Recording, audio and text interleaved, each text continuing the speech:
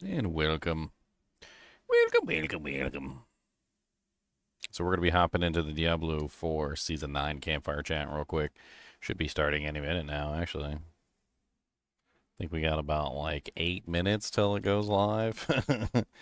I may be a little late today. That's okay. I was watching a movie, so I was just relaxing, having some fun. I wanted to catch up on the my girlfriend wants to go watch the movie 28 Years Later. For a sec, I thought this was cool. And I want to go watch it too, but I haven't seen the original, so I picked up the original and watched it.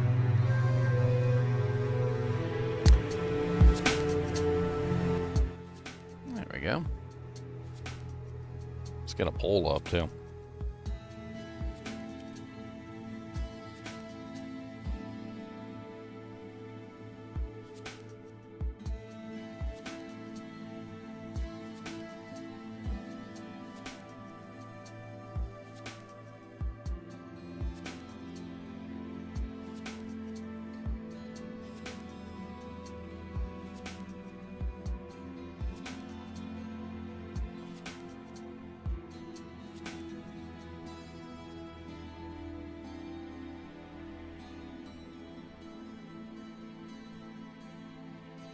Did I get System Shock 2 fixed? No, it's a kind of like a catastrophic problem. They're going to be patching it.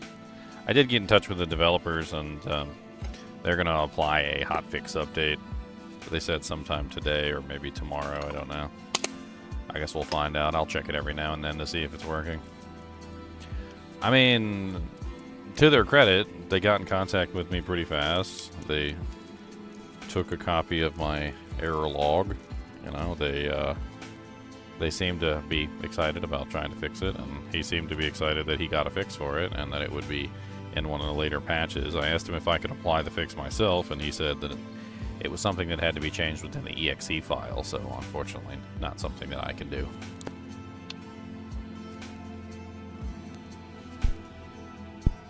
What's up, Jasmine?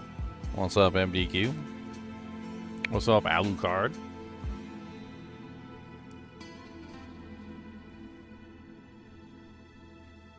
Well, I'm going to be back at it as soon as it's back up, so.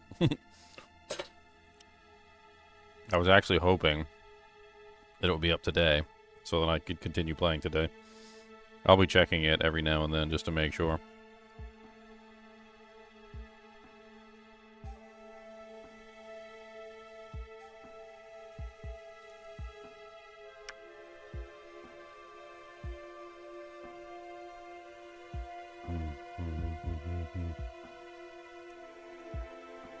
I gotta say, going into this season 9, not excited for season 9 at all. Like, I'm really not. I am, it's probably the least excited I've been for a Diablo 4 season. Maybe even surpassing the horrific season 1 launch, which was like, I'm pretty sure I remember I labeled my stream Depression Edition. What's up, Leon? Time for another fall asleep during the campfire. Pretty much.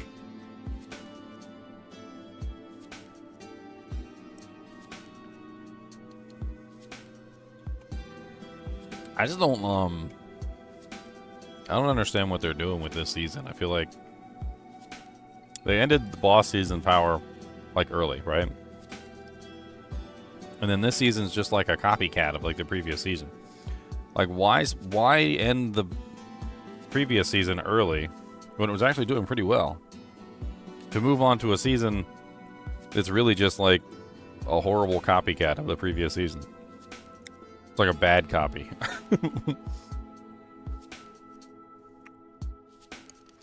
Yeah, what was that show where like, or was it a TV, was it a movie or a TV show or like, I can't remember, but they kept copying like a person or like a creature or something, and every time they copied it, it kept coming out worse and worse. Like, it was like a copy of a copy of a copy, and like by the time they got to like the 10th or 12th copy, it was like the guy was like retarded, like he was literally mentally handicapped, like couldn't even like control his limbs properly, and like it just kept getting worse and worse.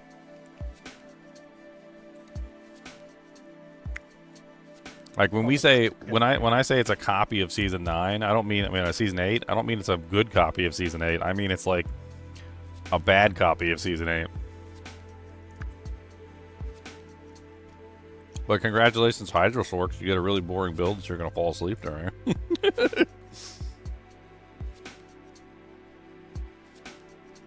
Conchu. Maybe that's what they secretly want, is a sleeping build. They're like, bro, I just need to be able to take a nap while I'm playing, okay? Part of this, don't you understand? I mean, we already know a lot about what's going on. I'm assuming that this is going to be the we heard your feedback, your community feedback, you know, like blah blah blah. I really get like kind of depressed with their community feedback stuff though, because like a lot of the times they're like, oh yeah, we heard you guys. We said, you know, you guys were saying that the accessibility in the game isn't really quite there, and like that you would really like it if we'd add more stash tabs. So what we did was, and we hear you guys on this, what we did was is we deleted a bunch of items from the game so you won't have to worry about having to store so much stuff. And it's like every time they make a change, it's always like in response to feedback, but in like the exact opposite way.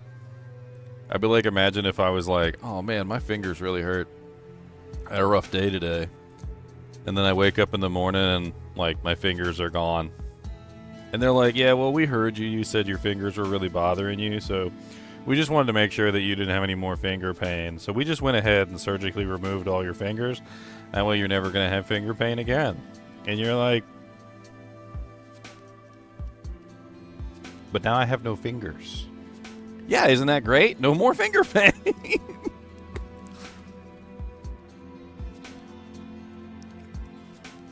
Am I buying the Lilith cat? What's the Lilith cat?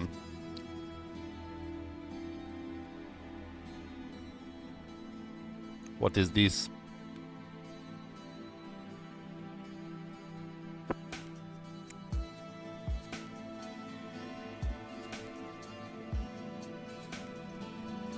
Greetings from Manchester, UK.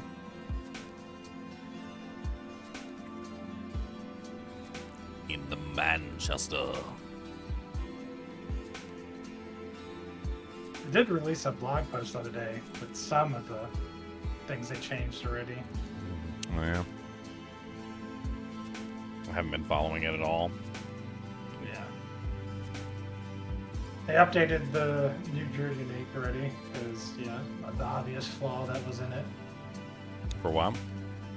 The new Druid two-hander, that was like every 10 seconds you get to do damage. Mm. They fixed it.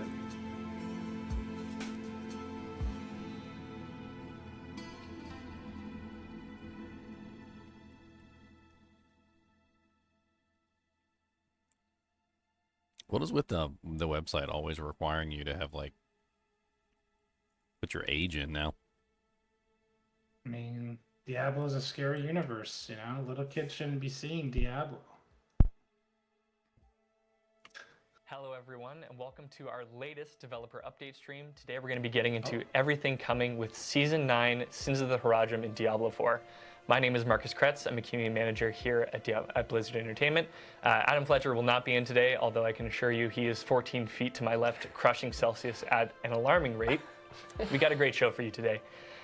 We will be jumping into everything coming with Season 9.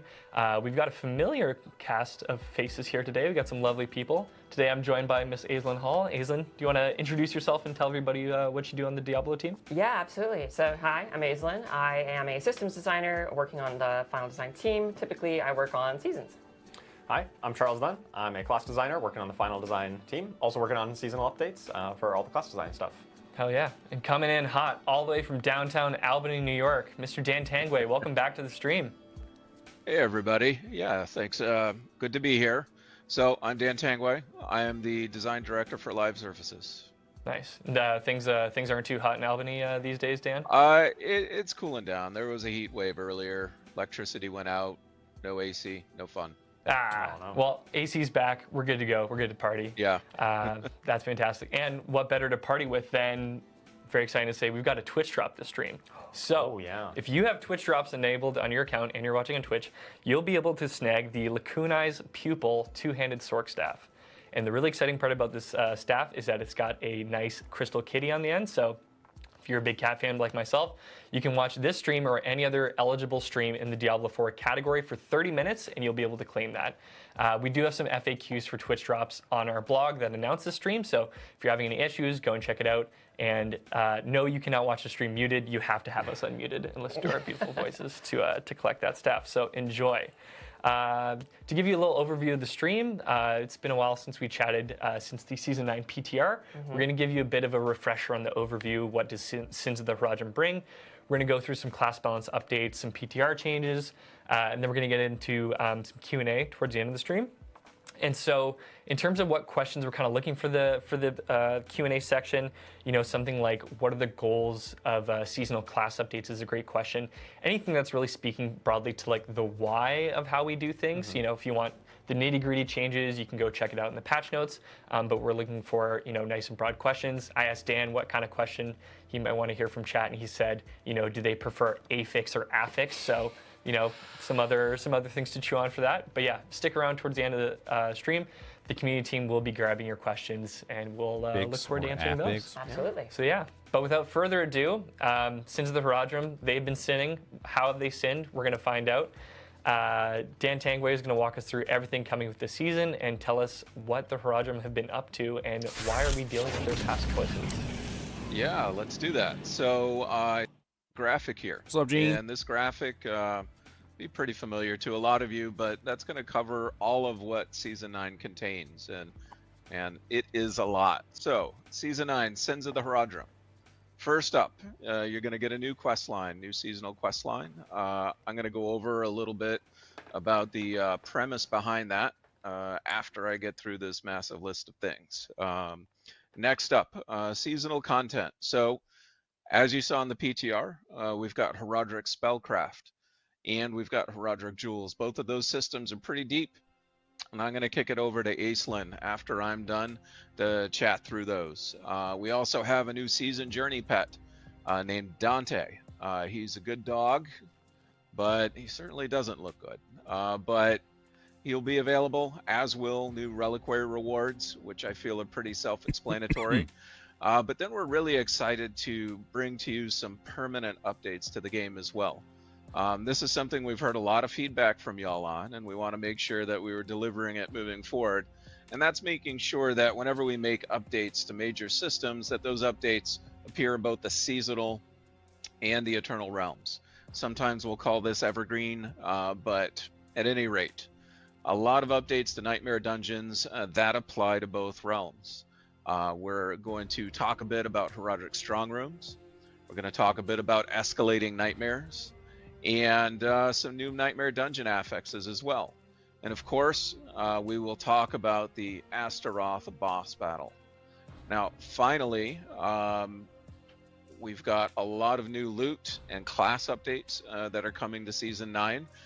That's something that Charles is much better suited to cover than I am.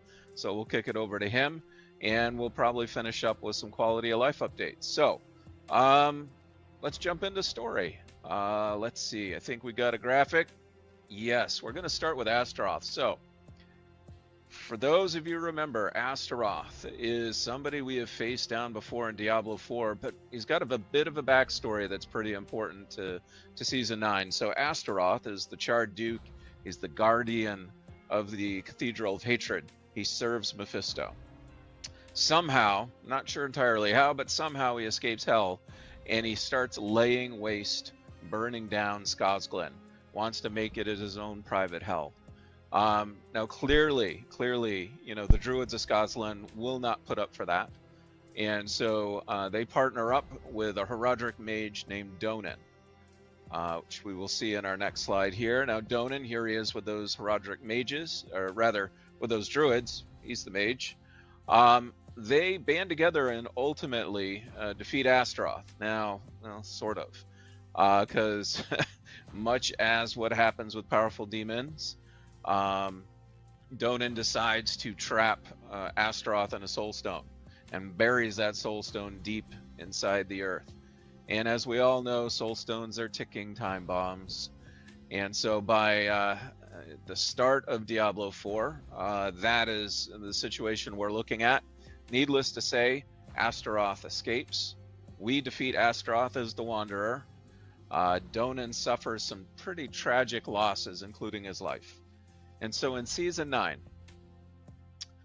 this is our starting point, and there's something else going on. Something else is stirring in Scosglen, and it's up to us to discover what's going on. So we are going to partner up with Briona. I believe we've got a image of Briona next. Now, Briona is a druid.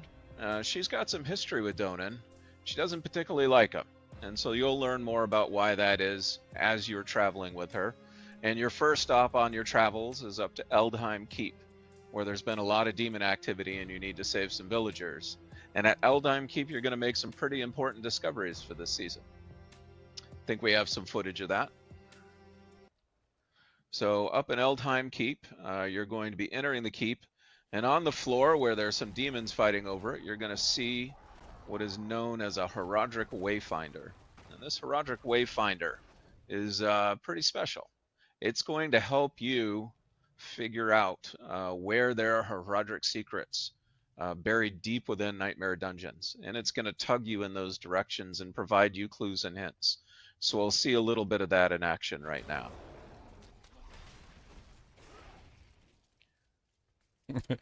Clues and hints. Now, as you get closer, a Herodric totem is going to reveal itself, a gateway. And upon clicking it, you've got to fight a couple of enemies that are guarding it. But ultimately, you're going to discover that it opens a portal to an unknown part of this particular dungeon. So once we're defeating these enemies, we'll see the portal, and then we're going to jump right through. I just think it's funny he said clues and hints when it was really a purple line guiding you directly toward the objective. And so now we're over inside here, what is known as a Herodric Strong Room. Now, oh, look, it's recycled content from the season 6. Bit of the Herodric Strong Room mechanics.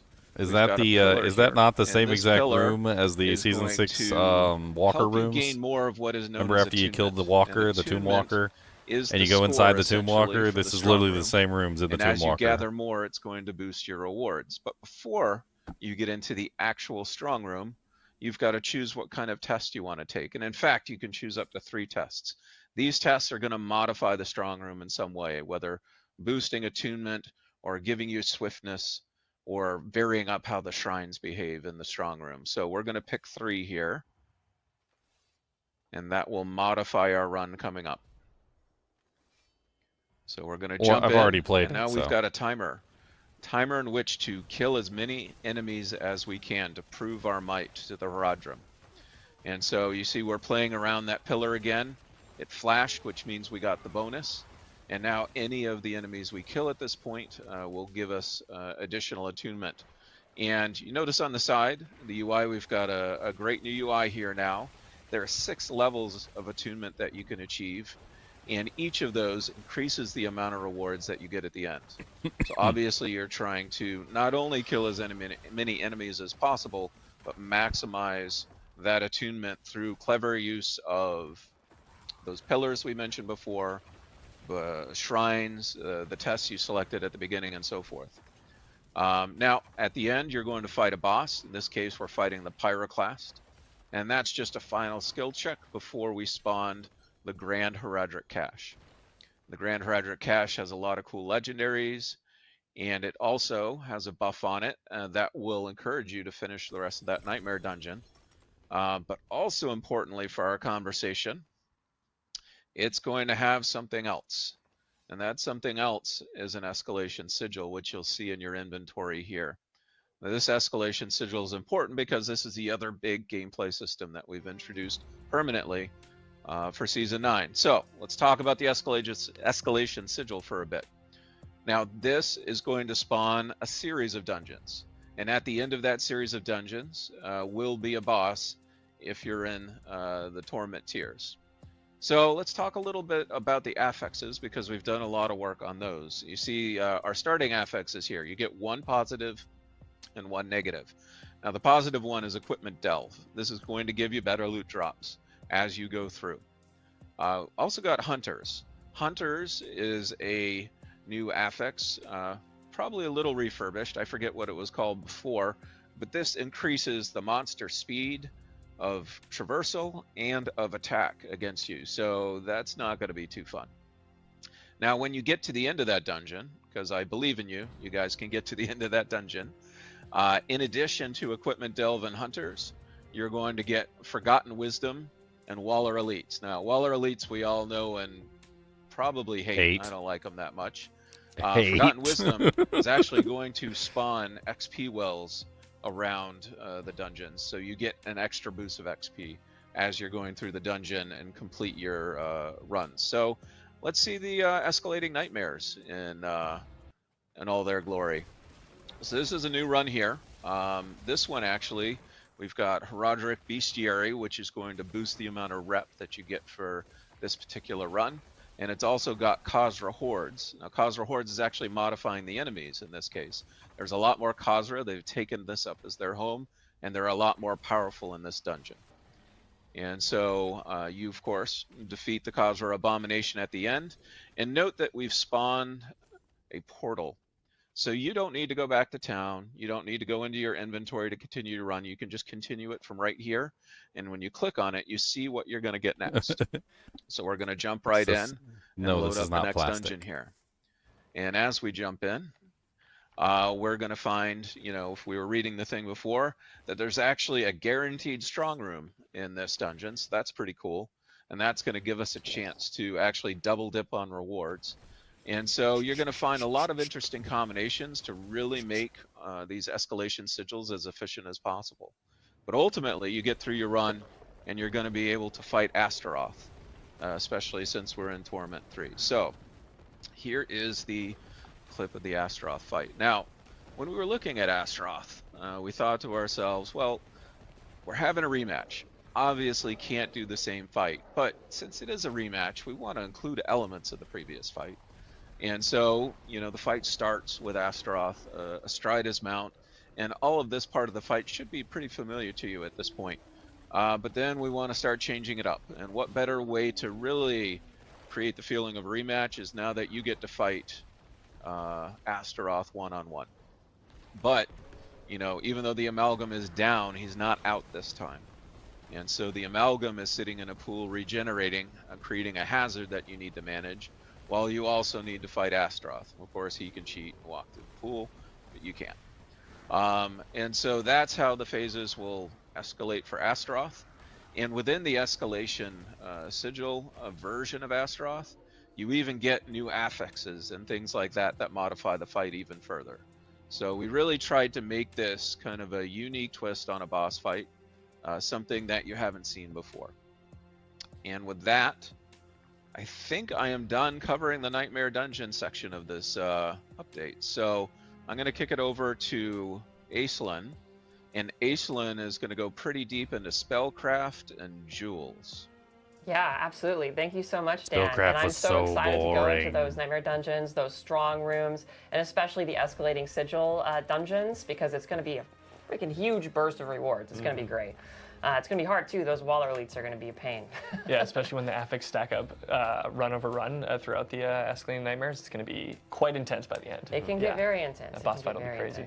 So yeah, now these are going to present their own sets of challenges. So of course, we need to utilize the Herodrim's power in order to overcome those challenges. So with Season 9, we have Herodric Spellcraft. So there's a lot of different components to Herodric Spellcraft. So we're going to go over a quick overview and then dive a little deeper into how exactly it works. There are 3 different things that comprise the entirety of your Herodric spell. You're going to be crafting a Herodric spell in Season 9. You're going to need a catalyst. The catalyst is effectively the core of the spell. It tells the spell that it's going to be a celestial storm of stars, or it's going to be a beam of arcane energy that disintegrates your foes. And then secondarily, that catalyst needs to have a damage type. So you need to infuse it with one of 5 different elemental damage types. These can, it could be fire, lightning, frost, and poison, and I'm not going to remember the last one. And yeah, so that determines the elemental damage type of the spell, and it also gives it some nifty extra effects too. And then finally, there's Arcana, which are just like extra bits and baubles you can add to go even further into customization. So like you can probably imagine, this is the build your own spell kind of power. And each one has a ton of unique utility as well.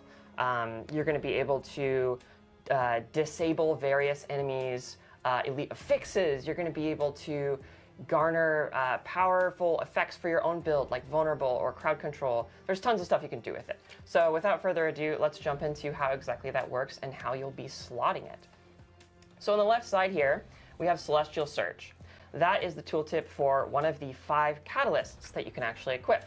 It is the one that causes a star storm to fall on enemies. On the right-hand side, we have the Smoldering Ember, which is an infusion. So this will make Celestial Surge a fire version of the catalyst. So you will need to slot Celestial Surge, and you're going to have to assign it to one of the skills on your hotbar. So in the middle section, and we'll have a video to kind of show this, but basically you assign Celestial Surge to one of your own skills, and when you use that skill, it invokes Celestial Surge with the Smoldering Ember infusion applied to it. So let's take a look at what that actually looks like. So here we are, kind of tinkering with our Herodric spellcraft in the UI. We're going to equip Celestial Surge, and we're going to assign it to our rightmost skill, which in this case is Lightning Storm, I believe. So whenever we cast Lightning Storm and Celestial Surge is off cooldown, we are going to cast Celestial Surge in addition to channeling Lightning Storm. Now, we can't use Celestial Surge, like I said, unless we have an infusion equipped. So we are also additionally going to equip Smoldering Ember and make that Celestial Surge a fire version of itself. And Dan, luckily for you, this makes it so it destroys Waller elites as well. So for anyone else out there that also dislikes Waller elites, this will cause Celestial Surge to break those walls down, which is pretty great. It will also turn off Chilling Winds as well. So yeah, now we have a functional spell. So let's go in. We're casting Lightning Storm, and we also see these stars falling. Not a very fun time for them, but a pretty great time for us. Everyone explodes, and we have a good day. Awesome.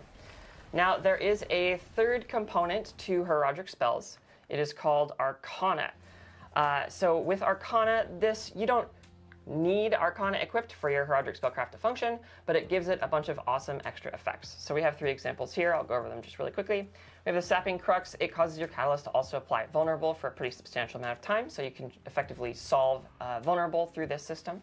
We have Reactive Ooze, which causes you to generate a pretty substantial amount of your resource every second for the next 10 seconds, so you can potentially solve your resource through that.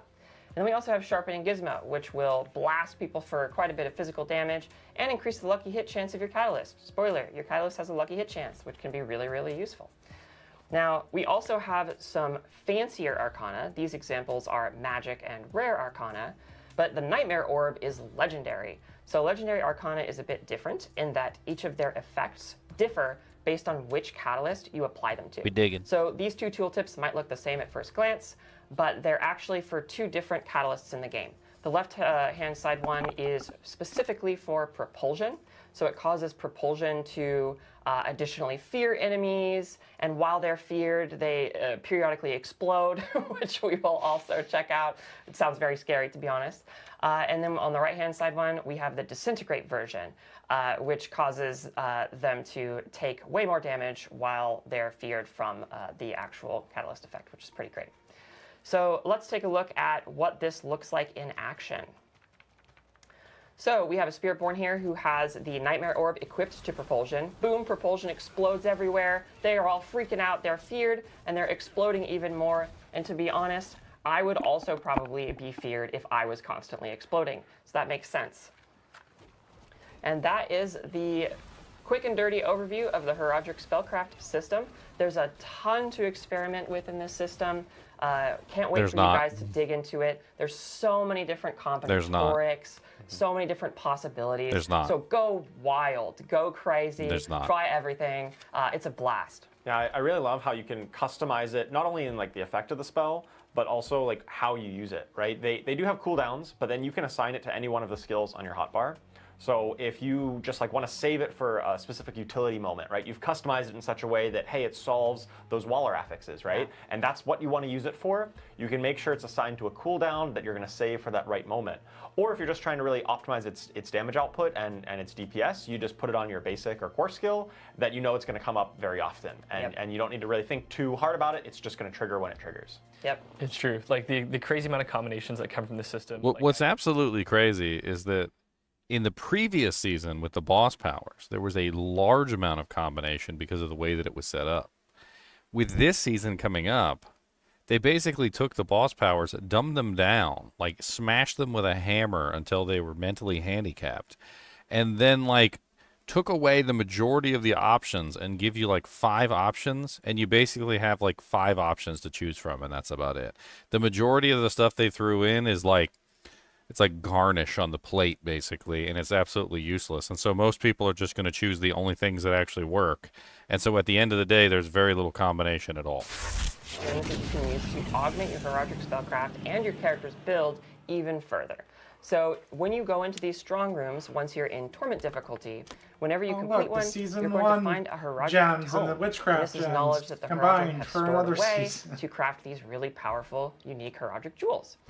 Once you Hey, find Ginger, the can you tome apply and you vulnerable use again? it, Can you you can go figure to that a out? crafting station. I do and what? then with gem fragments Can and you the apply season vulnerable currency, again? The season craft powers Herodric let you apply jewels. vulnerable. Oh, yeah, that's They're, right. Yeah, crafted with Herodric vials and gem fragments. It's not as many Because gem that's hard. fragments as That's it was hard to do. craft occult gems, so it's not quite as a massive grind as it was before.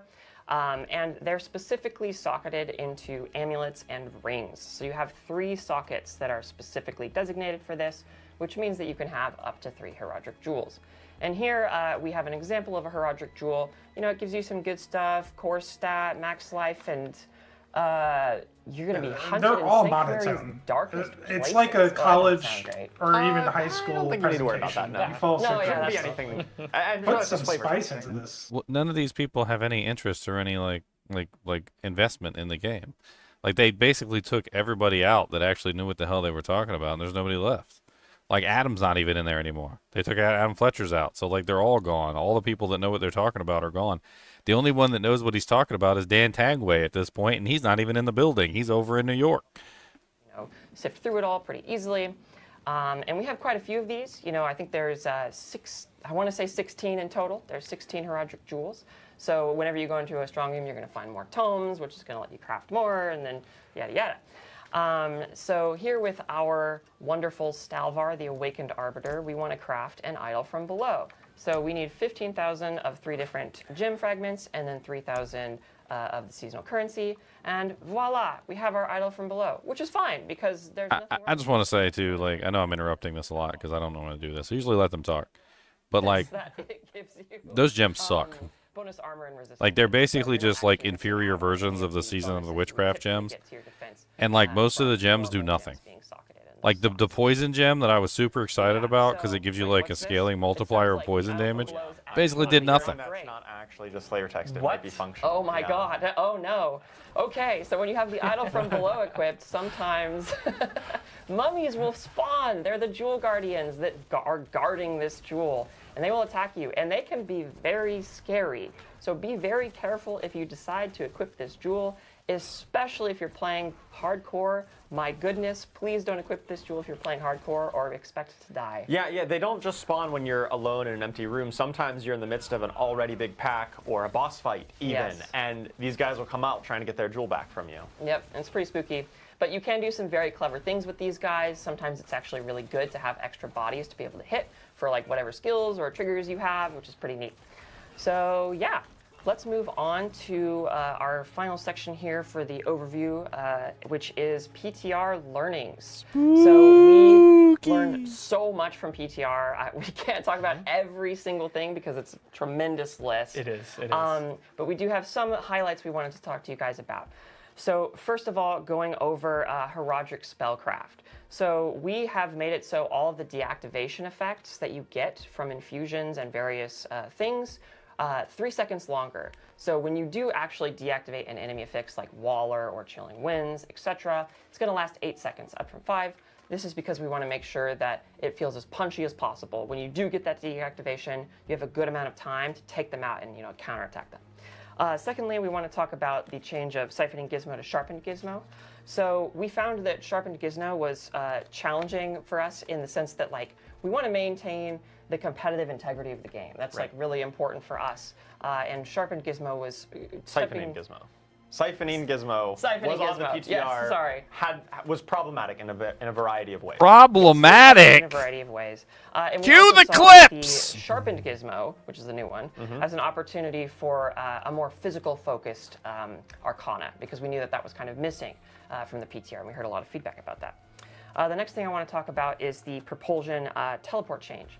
So this effect caused you to be able to teleport effectively infinitely in a lot of builds. And it was transformative. It was so transformative to the point that it was actually stomping on build identity in many cases. And we really want you to experience the full breadth of what different characters can offer in Diablo 4.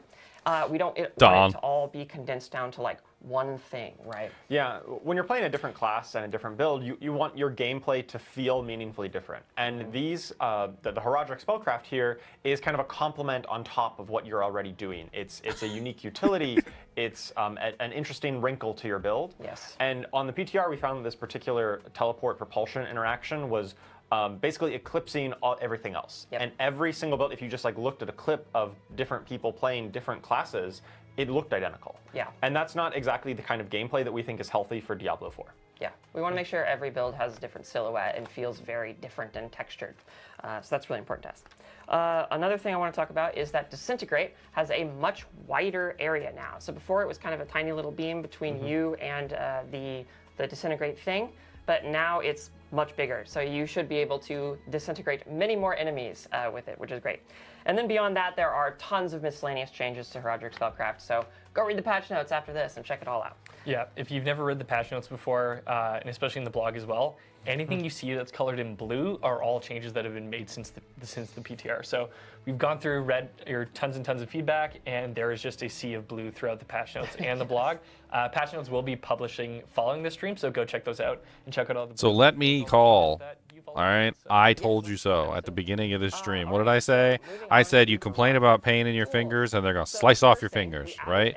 Remember? As they don't fix the problem, they just slice off the problem. That's the way they deal with it. So the Siphoning Gizmo was a problem, and instead of fixing it, they just sliced off the problem. That's what they did. Amazing and awesome and wonderful. But we also wanted to give physical builds some love and some tools to play around with. So the Will Breaker does specifically that. Slice! So if you want to smash people with your hammer or blow people up with bones of the Necromancer or whatever, that's Well, you for can't slice with a mace. And then You should be able to slice with a Liminal mace, Echo, but you which can't. is the cheat death jewel, will not be dropping in hardcore. We heard a lot of feedback from the hardcore community that it maybe went against the philosophy and the spirit of hardcore. So we really wanted to respect that. And this is also an ongoing conversation about what is the spirit of hardcore. So please keep giving us feedback about that. It's been super helpful, and we want to hear more from you. And then finally, of course, there are also many more Herodric Jewel changes, more miscellaneous stuff. So again, after this, go read the patch notes. And with that, I believe I'll be passing it over to Dan to talk about a myriad of changes with... Yay, back to Dan. He actually knows what he's talking about. So y'all had a lot of feedback on the Nightmare Dungeon updates. So I need a piece of paper to read them all off. I can't keep them all in my head. So first up, let's talk about the Herodric Strongrooms a bit. So the Herodric Strongroom UI was not clear enough. And so we added a new UI to the Herodric Strongrooms. We added extra kill count messaging and extra timer warnings. So it plays much, much tighter now.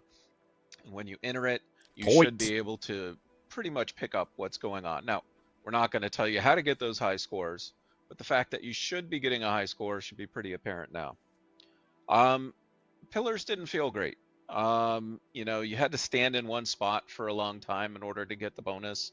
So, we've made the pillars faster to complete, made the radius a bit larger, And now all 4 pillars will also be available at the start, so you can better choose what your path through the Herodric Strong Room is going to be. We also heard from a lot of you that the Strong Rooms really didn't support blasting well enough. And that comes in 2 flavors. It comes in challenge, and then it comes in the fact that Strong Rooms were overstaying their welcome a little bit. So we've added a pit-style death penalty. If you die, that timer is going to get knocked down, and you're going to have less room to earn.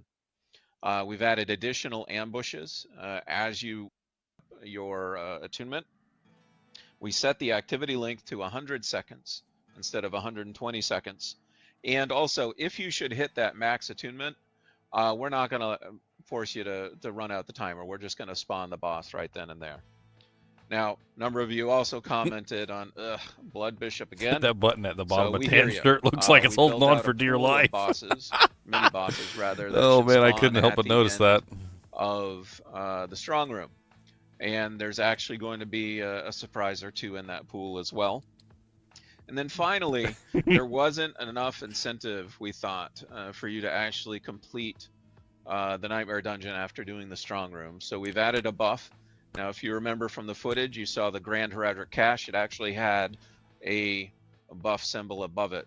And so opening the cache will give you that buff, and you can carry that buff through the end of your Nightmare Dungeon run and get a bonus on the rewards that you'll get there. Now, let's talk about escalating nightmares a little bit. By far, the biggest amount of feedback was, feels pretty rewarding, but way, way, way too easy. So we have gone and made it more difficult. We have scaled the difficulty by several pit tiers every floor you advance. So just naturally, things are going to get harder, and you're going to have to push a little bit more and more. We've increased the amount of health and damage for Exalted Astaroth and the Amalgam. We have made some of those existing negative affixes a bit meaner. We've also resurrected and tweaked some of the previous negative affixes that launched with the base game. And finally, I mean, really, we just did a whole audit on our negative affixes, but we created a bunch of new negative affixes as well, including some pretty fun ones, we think. So, yeah, let us know what you think, of course, about the difficulty of that moving forward in any of these, because again, these are permanent updates and we want to make sure that they, you know, really feel good. Other things real quick that we did. So we boosted the scalable rewards to match the increase in difficulty. So as things are getting more difficult, we still want to make sure that the rewards are keeping up, that we don't tip in the other direction. It was a little hard to notice the gizmo that's on the floor that allows you to jump to the next dungeon, so we just opened the portal automatically, which you saw in the footage. The escalating sigil didn't stand out enough, so it's got a beam now. It's got its own art, so that feels pretty good. And then finally, we had asked a question during the PTR. You know, do folks want to have to wait until Torment 1 in order to be able to do escalating nightmares? And we heard from you, and you said, no, we don't want to wait. And we agree. So we actually created a pre-Torment version of the escalating sigil. It's not as rewarding because you're not in Torment. And it won't feature the Astaroth boss fight at the end. The Astaroth boss fight, the Exalted version, has been tuned specifically for Torment. So we wanted to make sure that that was preserved. But still, you should get a good sense of escalation pre-Torment if you're lucky enough to encounter one of those as you're leveling up to 60. And that's it for the list here. Again, please keep giving us feedback. So Astaroth is at the end of a chain of dungeons, and if you fail him, I'm guessing badness. I don't think a lot of people are going to like this. What, we had the PTR early in June, so it's been a while since we had it, but yeah, we received such a ton of great feedback. Oh, yeah.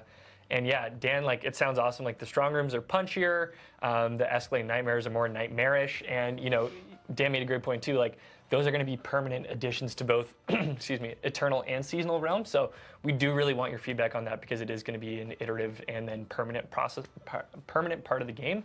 So we do want to tweak it where possible and get those in there. Yeah, it's super important that we get the new Nightmare Dungeon stuff and the escalating nightmares really down well.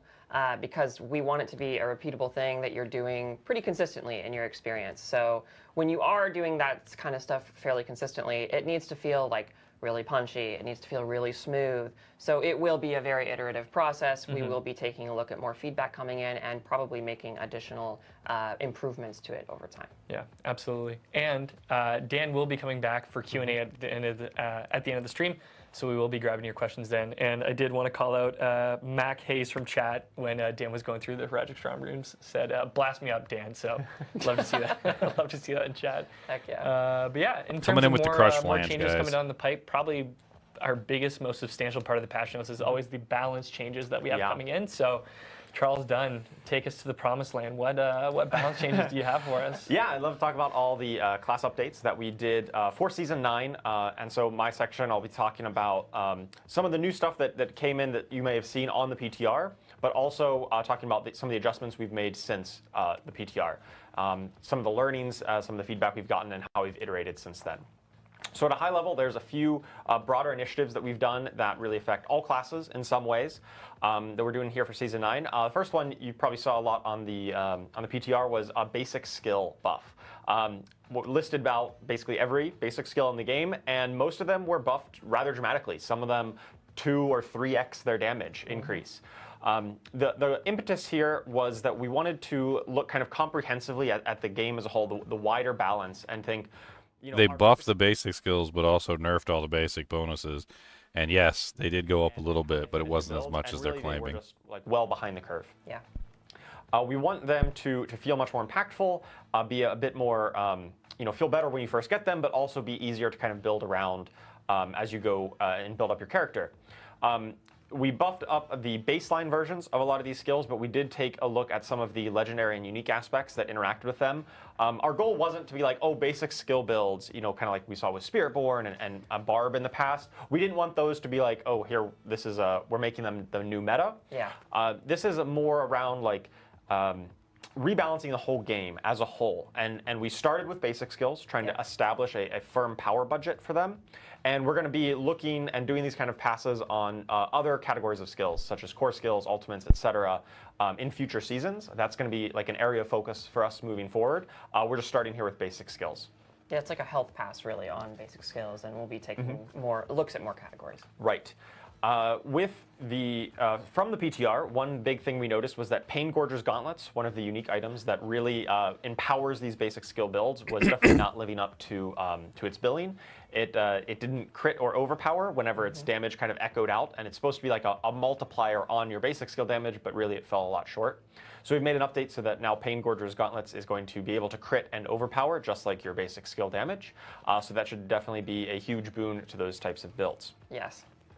Speaking of overpower, though, overpower was overpowered, and we have done some nerfs to it. For the past few seasons, overpower-based builds have been definitely dominating the top of the meta. And it was definitely crowding out builds that really couldn't utilize that, things like dot-based builds or others. Yeah. So with that in mind, on the PTR, we tested an 80% reduction in the additive damage calculation of overpower. Not to get too in the weeds here, but there's kind of like an additive amount of damage that's based on how much fortified We like life the and maximum life weeds. you have built up. We've just removed We that like completely. We tried an the 80% weeds. reduction in what it was, and we decided it's still too strong, it's still too complicated, and we just removed that portion. So now when you overpower, you're going to do up to 50% bonus damage, just like a critical strike, but that's kind of going to be the end of the calculation there.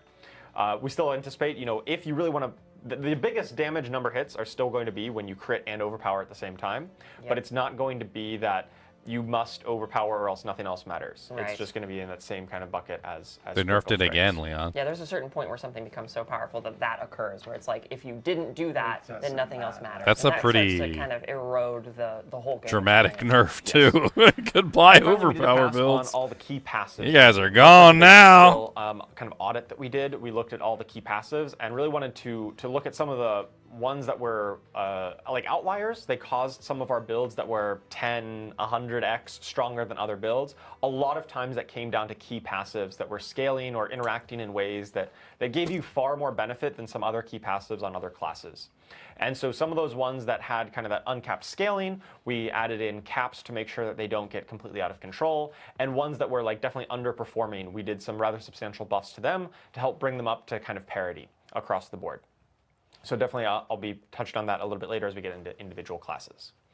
So let's get on to the individual classes, starting with Barbarian. So our goals for Barbarian this season is definitely a meta refresh on exactly the Barbarian meta. For the past few seasons, we've seen a lot of Earthquakes, a lot of Dust Devils, a lot of the summons being really dominant.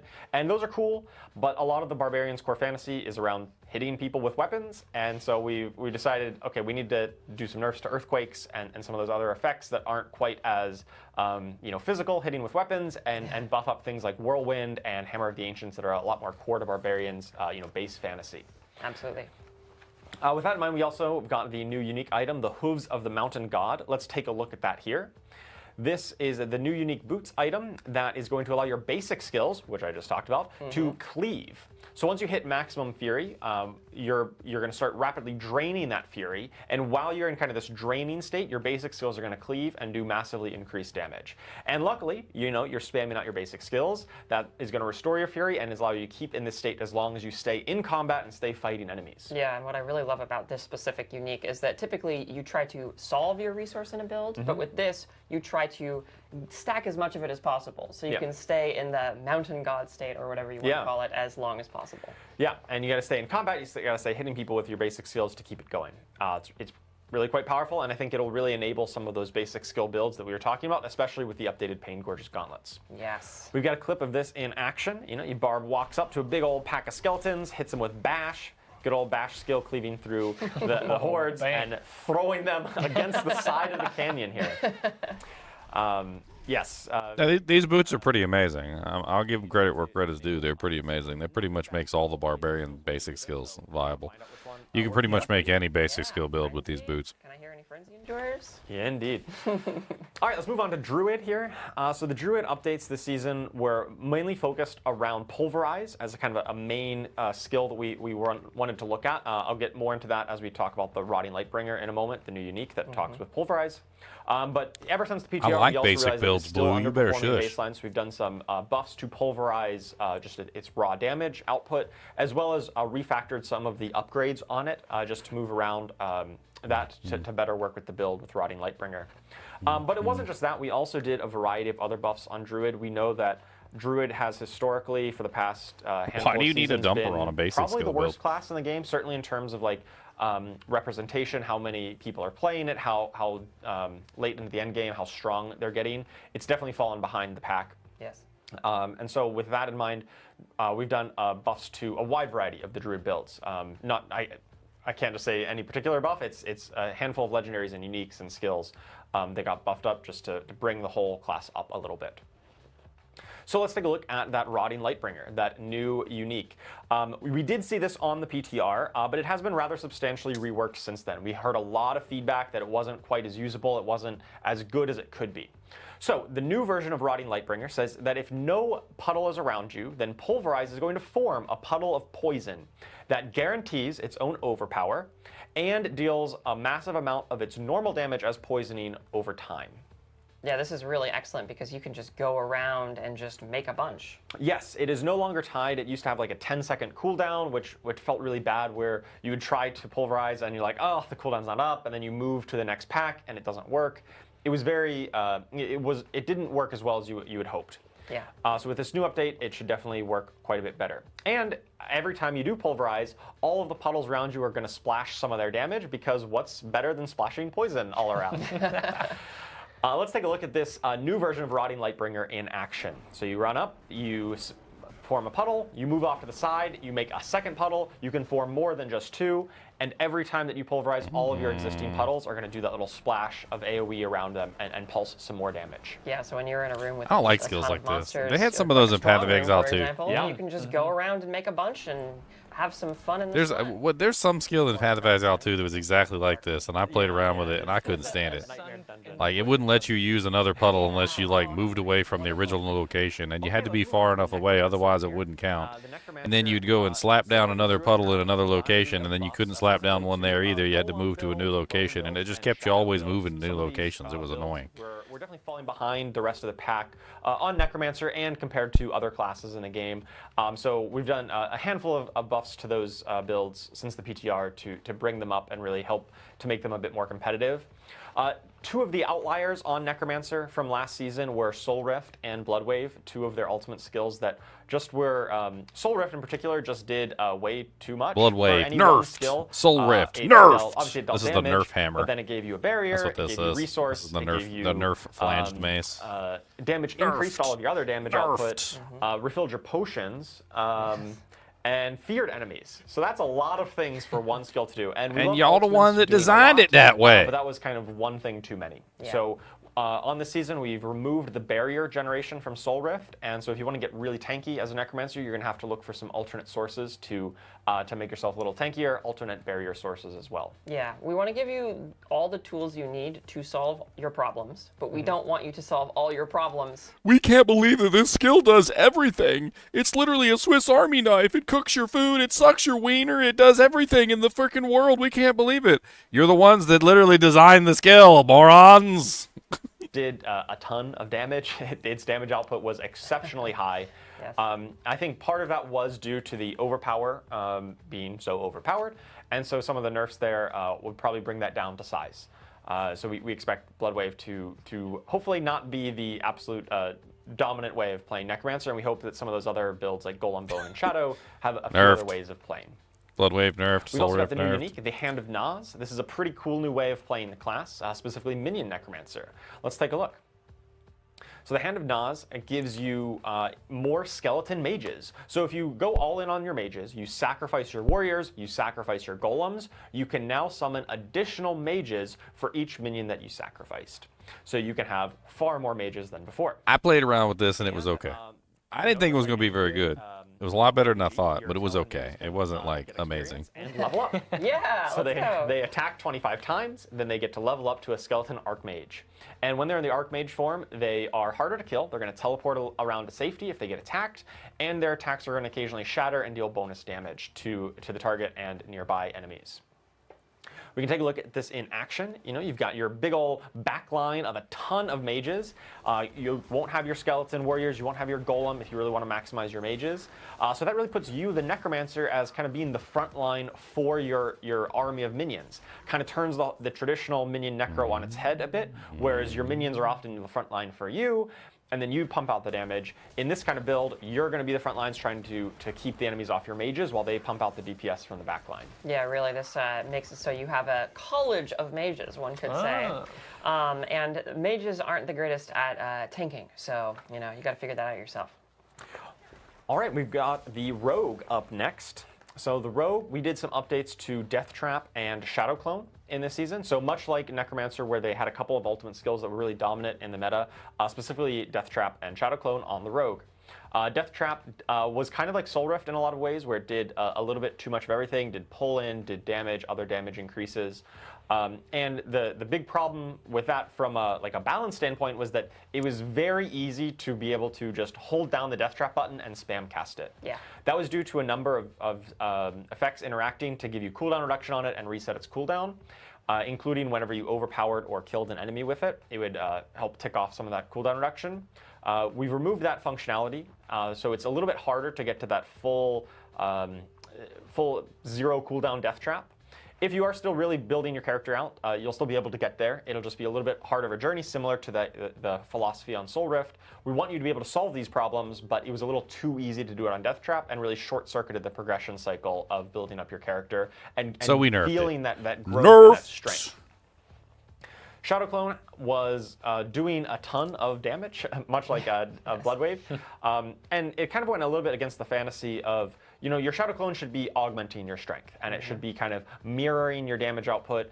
What, in reality, based on what it was doing, was like you did a little bit of damage, and the Shadow Clone dealt a ton of damage. Yeah, it felt more like you were the Shadow Clone. Yes, it did feel like that. Shadow Clone mimics your effects, but it also changes some of the skill tags that it works with. So Shadow Clone is an ultimate skill. It is a cutthroat skill. So no matter what it's casting, that skill is an ultimate and cutthroat skill. It basically allowed it to access some extra multipliers, some extra bonuses.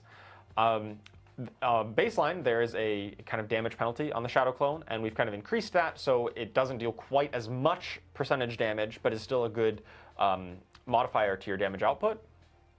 And we've also added some damage reduction component to it. So the Shadow Clone kind of takes some of the hits for you, right? Takes some of your damage and gives you that damage reduction instead. We talked about key passive earlier.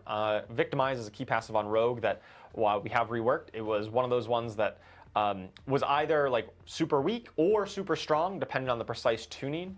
I never stopped touching that stupid skill. That into the every season to balance it well against other options.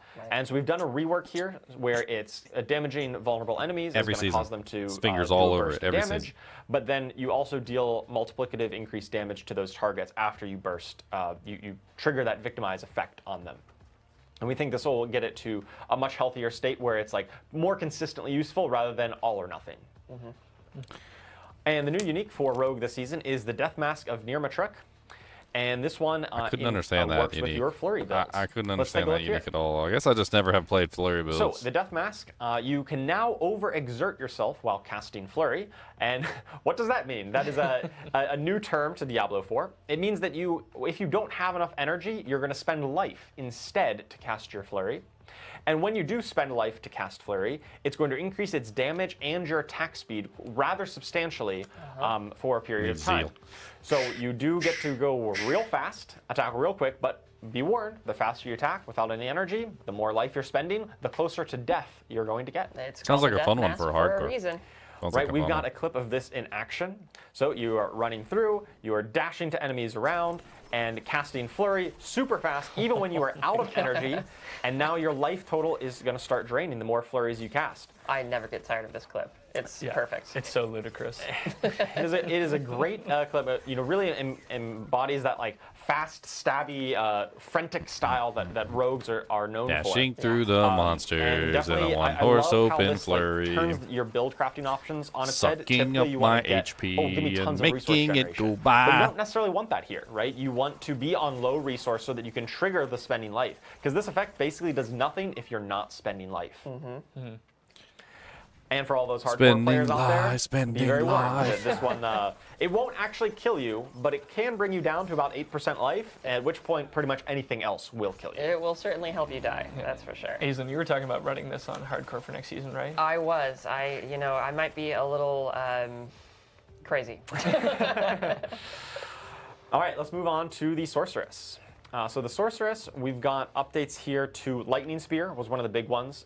Lightning Spear had been kind of dominating the Sorceress meta for quite a while. It was like really the premier build for a long time. Hey, y'all did this that. Had a really interesting and y'all situation did that. Y'all the ones that made that skill broken. Spear was kind of Ain't terrible, nobody right? else You made look it at broken the but skill, y'all. and you're like, okay, how much damage does it do? How many enemies does it hit? What's its cooldown? And you're like, oh, this is awful. Like, it doesn't do anything.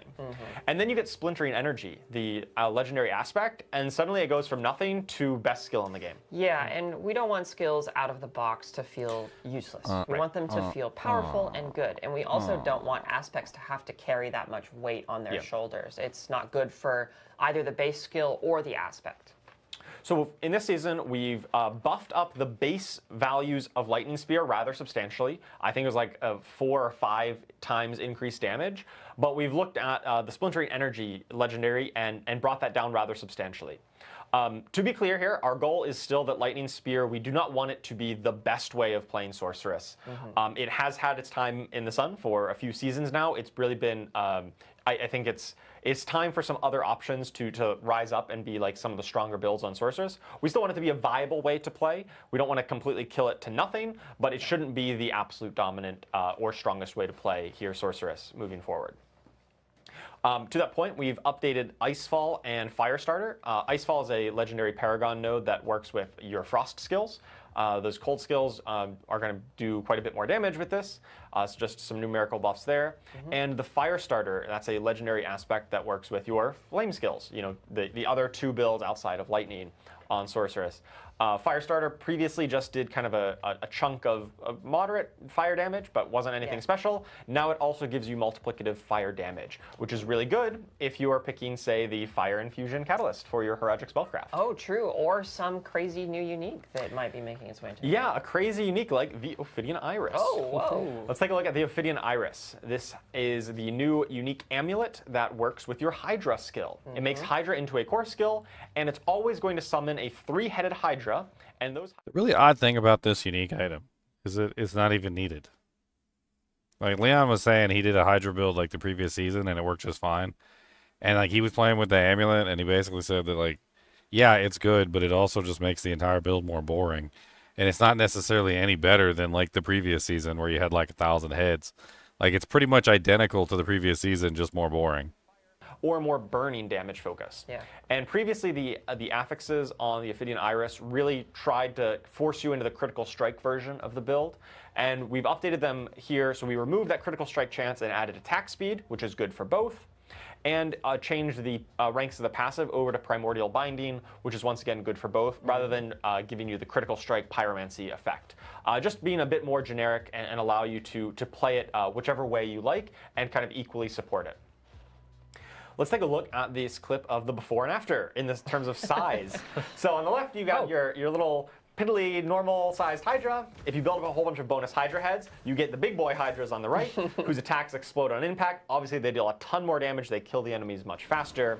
And it just looks a lot bigger and a lot more visually impressive. They are absolute units. They really are. You get to become a Hydra parent. And also, honestly, I've never felt bad for a Khazra test dummy before, but I feel kind of bad for this guy. Yeah. I'm really looking forward to playing with this one on next season. Yeah, this will be. This is exactly what I'll be running for Season 9, Charles. That's sweet. All right, let's move on to the final class, Spiritborn. So for Spiritborn this season, we've looked at updating the Razor Wings build. That's a build that has had some support, but never really quite got there. We've made some adjustments to some of the legendaries. Did you try out the Razor Wings, Leon? That affect that build to really help bring it up and make it a bit more robustly supported. Yeah, the Razor Wing changes. I want to talk a little bit about the I didn't Hunter, look the at Jaguar them. ultimate skill. We tested tried a that change build, on the PTR when this where Pokemon we launched, I never tried it again. so but they made lots currently of little on tweaks. Season Who 8, knows? and ever since it's launched, it had this mechanic where if you kill an enemy while the Hunter is active, it has a chance to reset its cooldown completely. So if you get lucky and you get a lot of kills, you can kind of spam cast Hunter until you, until you miss, basically. Right. We tested out a change on the PTR where instead of doing that, it would just give a more consistent amount of cooldown reduction. And this was, we heard loud and clear that that is not fun. It was really not what you wanted. Players really liked that kind of feast or famine version of Hunter, where it had that gameplay texture of constantly resetting and that mini game of making sure you maximize the number of kills for the short duration that it's active. Yeah, it had really it evolved into like a core part of the spirit of the Jaguar, and we don't want to have to take that away. Right. So this is one of the great things about testing these types of changes on PTR is that we're allowed to make these bit like more dramatic changes, and then if they don't work out, we'll revert them. And so in this case, we decided to revert those changes back to what it was before. Now, for context, the reason we tried to do that change in the first place was that the Hunter was by far the most popular ultimate skill on Spiritborn. I think something like 90+% of Spiritborn players were using the Hunter. And that's not really healthy for build diversity. And we thought, okay, if we adjust its cooldown mechanic, that will be what we need to change. So instead, we looked at some numerical adjustments to it, so it doesn't have quite as many bonuses whenever it does function, but it still functions the same as before. Yeah. And in order to promote a bit more diversity, we've buffed up the other ultimate skill options. The other 3 Spirit Guardians now will give you other ways of giving multiplicative damage whenever you have them active. The Devourer will give you multiplicative poison damage. The Gorilla Ultimate, the Protector, will give you bonus damage while you stand in his area that he's pounding down on, gives you that area of power. And the Seeker, the Eagle Ultimate, will give you guaranteed critical strikes while it's active. Awesome. And finally, we've got the new unique item, a Balazan's Max Latel. We've got, I've been working on that pronunciation. Nice. So good. Been working on that one. Nailed it. All right, so Balazan's Max Latel, we've got, let's take a look at that. This is the new Pants unique. It triggers when you attack enemies who are close, it'll trigger your thorns damage as poisoning damage. So it's like poison and thorns combination here. And every time that you've retaliated with thorns, so you've gotten hit recently, then that poisoning damage is going to increase. I really love this, Unique, because it speaks to the spirit of Thorns, which is like, I must be hit, and then I retaliate. Right. But like expands on that, which is really cool. Yeah, and it gives you more consistent value. Like if you're not getting hit, your thorns was worthless. Now you building up thorns is still positive offensive value, even if you're not getting hit. But of course, getting hit and triggering those thorns is going to get you even stronger. On the PTR, this was definitely very powerful. Very powerful. Very, very strong. We did adjust its numbers down quite substantially. The percentage of thorns converted has been reduced. We still expect this to be a very powerful build, but you know it's gotten brought down a notch or two because it was by far the most powerful build that we saw on the PTR. Yeah. All right, we've got a clip of this in action here. Right, so you're standing in the middle, you're getting hit, you're clicking your defensive skills so that you can survive, and then once you get hit and stack that up, you can go around and apply bonus poisoning thorns damage to all of the enemies around you. Those idiots. Why are they even hitting you? I don't know. All right, and so that covers all of the class updates. Once again, make sure you check out the patch notes after the live stream here. Check out the blog. It's got all of the details. I kind of glossed over some of them because there's so many details to go into. That's a lot. Go and check those out for all of the very specific changes that we're making come Season 9. And can't wait for you to see, to try out all of these new effects. Woo! Thank you for that, Charles. Take a bow. Yeah, the patch notes are absolutely massive this season. They won't be hitting in all languages following the stream. We're looking to have those published just prior to the start of the season on July 1st. So some languages will be available, but expect most of them towards the start of the season because the patch notes are absolutely massive. So like Charles said, dive into them, get those changes, and Charles, can we get that Spiritborn unique name one more time? Balazan's Max Latel. Balazan's Max Latel. Heard it here first. The man's a pro. The man's a pro. So as we've gone through the stream, we've got all these great components from Season 9 coming through. We've got the Project Strong Rooms, we've got Escalating Nightmares, we have all these excellent balance changes and class updates coming in. So it feels like we've got this nice cake, and we just need a little bit of frosting and some sprinkles just to dry. It's a dry finish cake. it off. So I know Aislinn, it's a dry cake you've got from last some nice season. Little It's tidbits, crumbly on the to outside. get into towards the end in terms of Crunchy. system updates. So It's a crunchy what cake. can we look forward to in Season 9? Yeah, so not only have we done all these awesome, specific Season 9 things, we've also done our best to improve the game eternally or in an evergreen fashion or permanently, however you want to say it. So yeah, a big thing that we learned from Season 8 is that we really like it when we feel like we have different ways we can play the season. So in Season 8 specifically, you went into the apparition incursions, and it sometimes ended up feeling while you were leveling like you had to do it a bit more than you actually wanted to. Like you'd rather go do some other things. And so the way we want to change that in Season 9 and going forward forever is elites and bosses are now going to grant seasonal reputation regardless of what the season is. It doesn't matter what the season theme is, you can always make progress towards reputation by killing those strong enemies. So that should make it so, it doesn't matter if you're going to the seasonal activity, you're still going to make progress. The seasonal activity or whatever exists in a season will still be a really fantastic source of that specific seasonal power and rep and currency and what have you. But we want you to feel like you can just take some detours and explore the game at your own pace and in your own way, and the season still recognizes that. And similarly, we had Lair Hordes grant seasonal currency in Season 8 specifically because it was the season of bosses, but we decided to just keep that going forward because basically all roads lead to lair bosses now. Like you're going to find lair keys by doing a variety of activities. And so it felt like a very ubiquitous place for us to imbue seasonal currency into the game as well. And this isn't to say, this isn't an exhaustive list, right? Oh, I got to wave over here. This isn't an exhaustive list. You are still going to be earning extra seasonal reputation and seasonal currency from doing seasonal specific stuff too. So it should just be a much larger pool of ways to play. But yeah, so with that said, let's jump into some of the permanent details or permanent changes and details of the Nightmare Dungeon and Escalation Nightmare systems. So Dan already went over this quite a bit, but I wanted to just talk a little bit more about the why and the how of this all. So we added a bunch of new affixes, positive affixes to Nightmare Dungeons. And the reason why we wanted to do this is because we wanted to make sure that when you're sifting through your different Nightmare Dungeons, it feels like you have different options Yes, we for how you often can make sift. progress for your economy. So you'll notice that these blue affixes, like the Herodric Materials Reserve, Gem Reserve, Gold Reserve, they're pretty self-explanatory. If you go into those dungeons, you are going to get more materials from the chests that appear, or more gems, or more gold.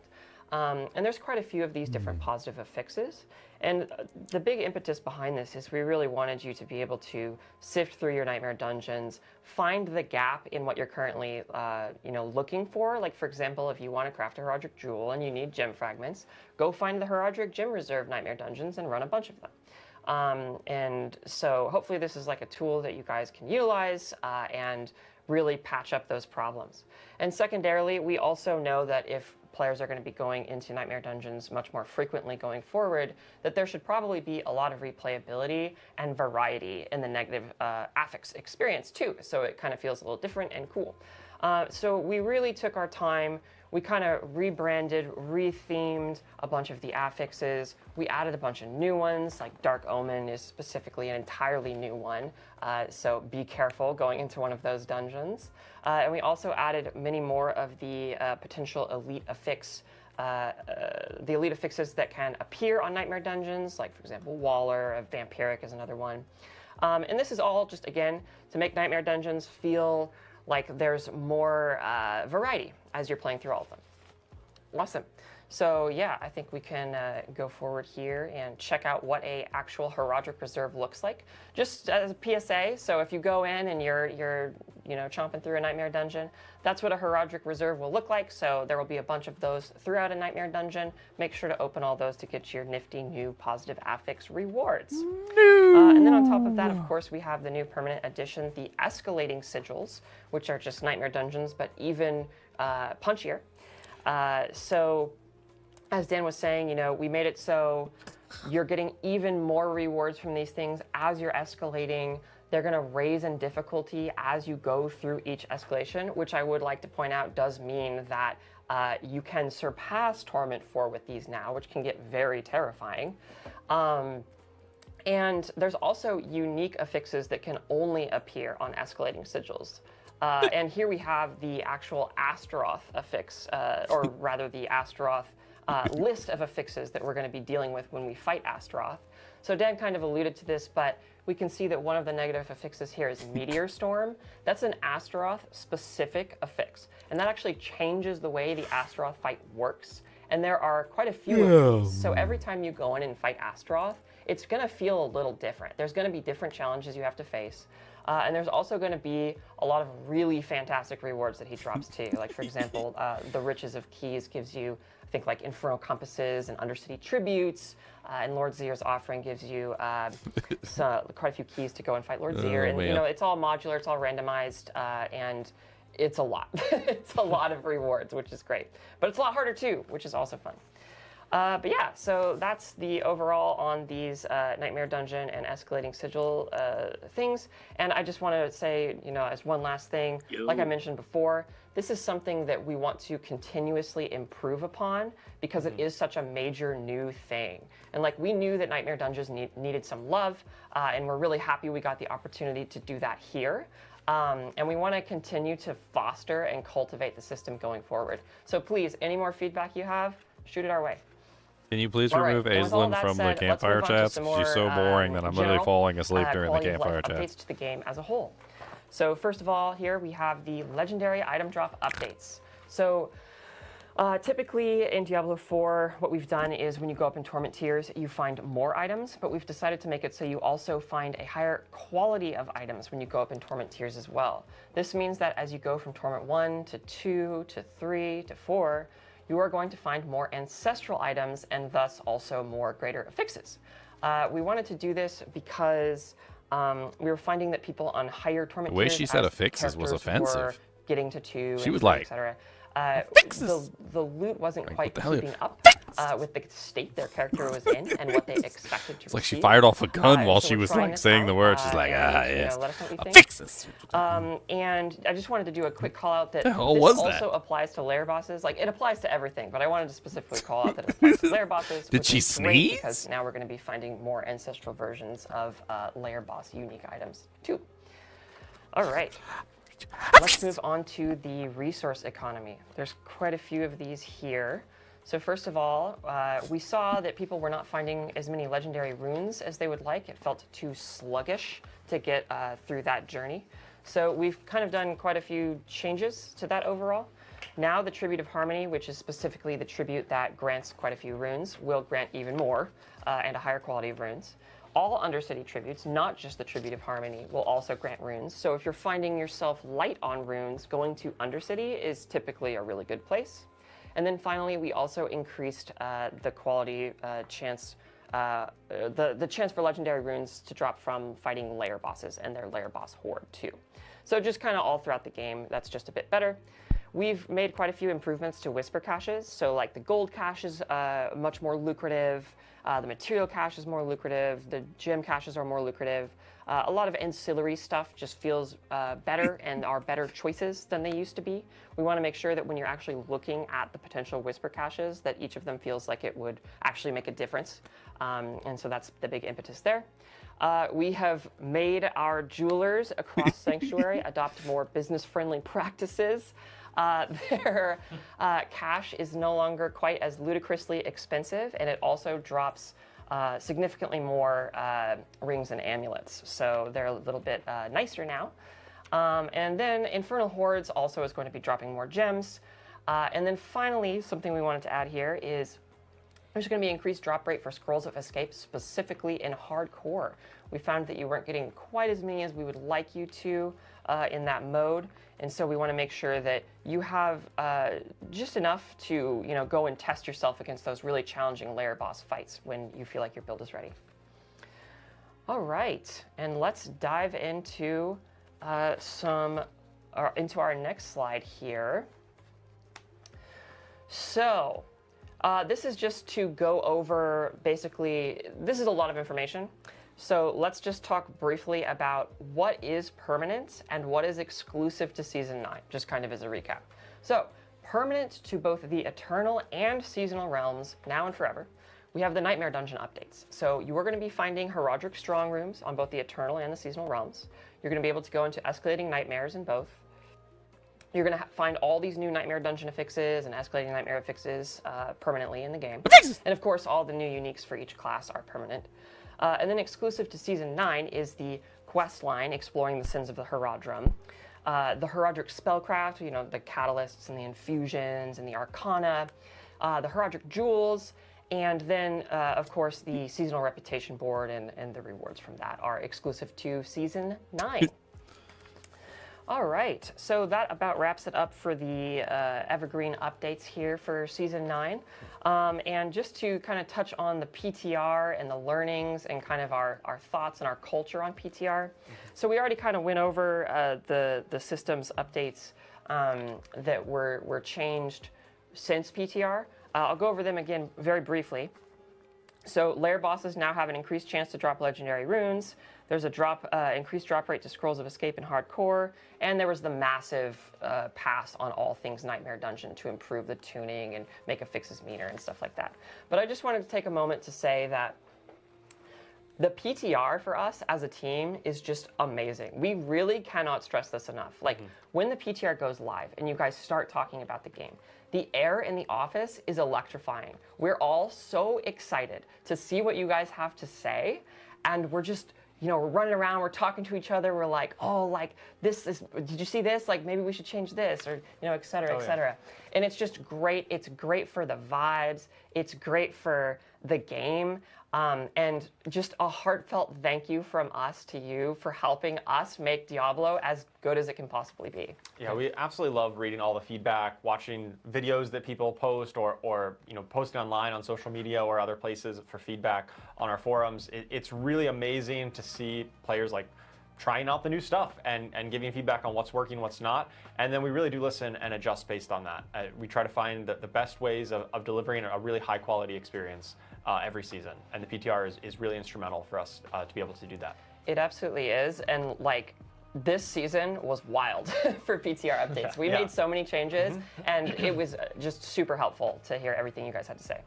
Yeah, thank you so much for that. Like, being able to have players jump in, test the content, also gives us such a better feel for how things are going to go on season launch. So then we know we can take a confident step forward, knowing that our players who are just diehard Diablo 4 fans have given us their greatest feedback. And then when the season launches on July 1st, we now know that we already have all these problems addressed. We've got these bugs that are taken care of, and even just like in terms of like bugs or challenging or the unique that got entirely overhauled.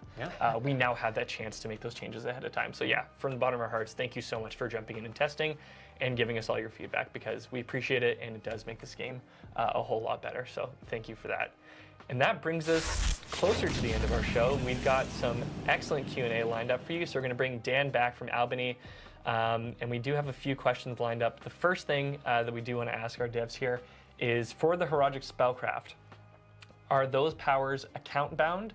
Are they partition bound? Or do you need to level them up specifically for each alt? Yeah, so they're going to be partition bound. So on, for example, seasonal softcore, if you make a new character, you'll have all your progress from your previous seasonal softcore character. So it's partition bound. If you make a new seasonal hardcore character, you would have to find the new Herodric Spellcraft, but then any future seasonal hardcore character you make would have access to that same progression. Awesome. Nice. Okay, we've got our first question coming in from the Sanctuary Discord. Getty asks, how does the team currently feel about boss design? Are invulnerable phases something you're looking to continue with in future bosses? And that's an interesting one, because the Astaroth fight that just came back does have some interesting mechanics that aren't quite invulnerability, but it's more of like a segmented phase. So. Yeah, that's something that we've been talking about a lot internally, with the new changes to the layer bosses. I think it's something that sometimes it's important, like it's cool for like the vibes of the fight if a boss has an invulnerability phase, but we also recognize that like once you get to a point where you feel like you can beat a boss, sometimes the invulnerability phase can feel like an obstacle, potentially an unwanted obstacle. And so the team has definitely been exploring some ways that we can create that similar feeling without necessarily putting a hard stop on a fight. Yeah, there's definitely some examples even already in the game where it's like, hey, if you're able to kind of beat a DPS check and you're able to get the boss like down to a certain amount or kill it before the phase, then you're able to do that. That's definitely one good example that we're definitely looking at kind of replicating in some other boss fights. Nice. Okay, Charmed Chaos. Does the strong room time count against the dungeon's completion time, or are they separate? Dan, you want to take that one? I'm thinking about this right now, and I am not entirely certain. My guess is that it does count towards the dungeon completion time, but yeah, I think we're gonna have to, go back to the team and post an update online about that. Cool. I guess it's a philosophical question of, is the strong room its own realm? Like, are you, defying the logic of where you are in the dungeon? Or, you do blast through it pretty quick, which is good. But then, you might take your time leaving it or going back in to find some more goodies. So, yeah, that's an excellent question. I've got another one from Why So Blue Panda Bear. Don't be sad, Panda Bear. At Diablo, do we still get Obdicite in these escalation nightmare dungeon runs? Oh, yeah, you do. There's also even there is an affix that increases the amount of Obdicite you get. And again, also the escalating nightmare dungeon runs scale. So scale with rewards, and difficulty. But as you go up and up and up, you just get more Obdicite and the affixes become better. So if you find like the extra Obdicite affix later on, it's like showering Obdicite. It's a lot. That's unreal. That's absolutely unreal. This one's for you. Might be for Aislinn.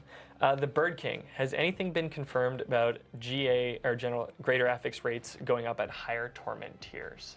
Oh, yeah. So that slide we had talking about the increased quality per torment, they will be going up, yes. You're going to be finding more ancestral items, and so consequentially you're going to be finding more greater affix items and items with more greater affixes as well. Unreal. Thank you for that, Aislinn. Scream Hard at Diablo, question for Q&A. Will we start to see seasonal power systems incorporated into the base game? There have been several that I was fond of that could add depth. Yeah, I can talk a bit about that. Obviously, every season when we make some of these powers, like the Herodric Spellcraft or the Witchcraft powers and the boss powers in the past, they were exclusive to that season. Yep. That being said, we are a team with a bunch of designers who are always looking for good ideas, and especially good ideas that have proven to work in the game. And so we definitely, when we're looking at making future systems and future improvements to the game, we are absolutely looking at some of the best performing seasonal powers and thinking about how we can integrate that into the game. So it's very likely you'll see some of the better received and more popular seasonal powers potentially return in the future. But for the time being, they do still exist just in their season. But they are absolutely still on our radar to bring back in other forms and other ways for future content. Mm-hmm. Yeah. Yeah, and I do love, even for the season overall, instead of, having seasonal powers that we have and then look at the favorite ones, such a massive part of the mechanics of this season are just already going to be permanent and in eternal and seasonal realms, which is so nice. So it's true. Yeah, really just those power systems are really the seasonal parts. And a lot of our focus on seasonal development is plussing up base aspects of the game, like the Nightmare Dungeon system as a whole. We're looking at making sure that part of the game is improved and is evergreen. And then a lot of the powers are things that are exclusive for the season, but we are still looking out for good designs and ways of bringing back the popular ones for the future. Hell yeah, absolutely, Charles. Mippy at Diablo, are the escalating Nightmare Sigils craftable or only droppable? Important question for leveling. I think I might send that one to you, Dan. Yes. Yeah, Let's that's another one I'm reference not Dan sure about, whenever we don't know unfortunately. anything, because they don't know anything about the I believe game. They should only be able to Yeah. drop from the Herodric Strong Rooms. That's where you'll be finding Yeah. escalation sigils. Right. And I think in Dan! I just to the point, if you want to What do you think, try Dan? to be farming them, you can craft Nightmare Sigils, trying to find ones that have the Herodric Strong Room Yes. guaranteed on there. Right.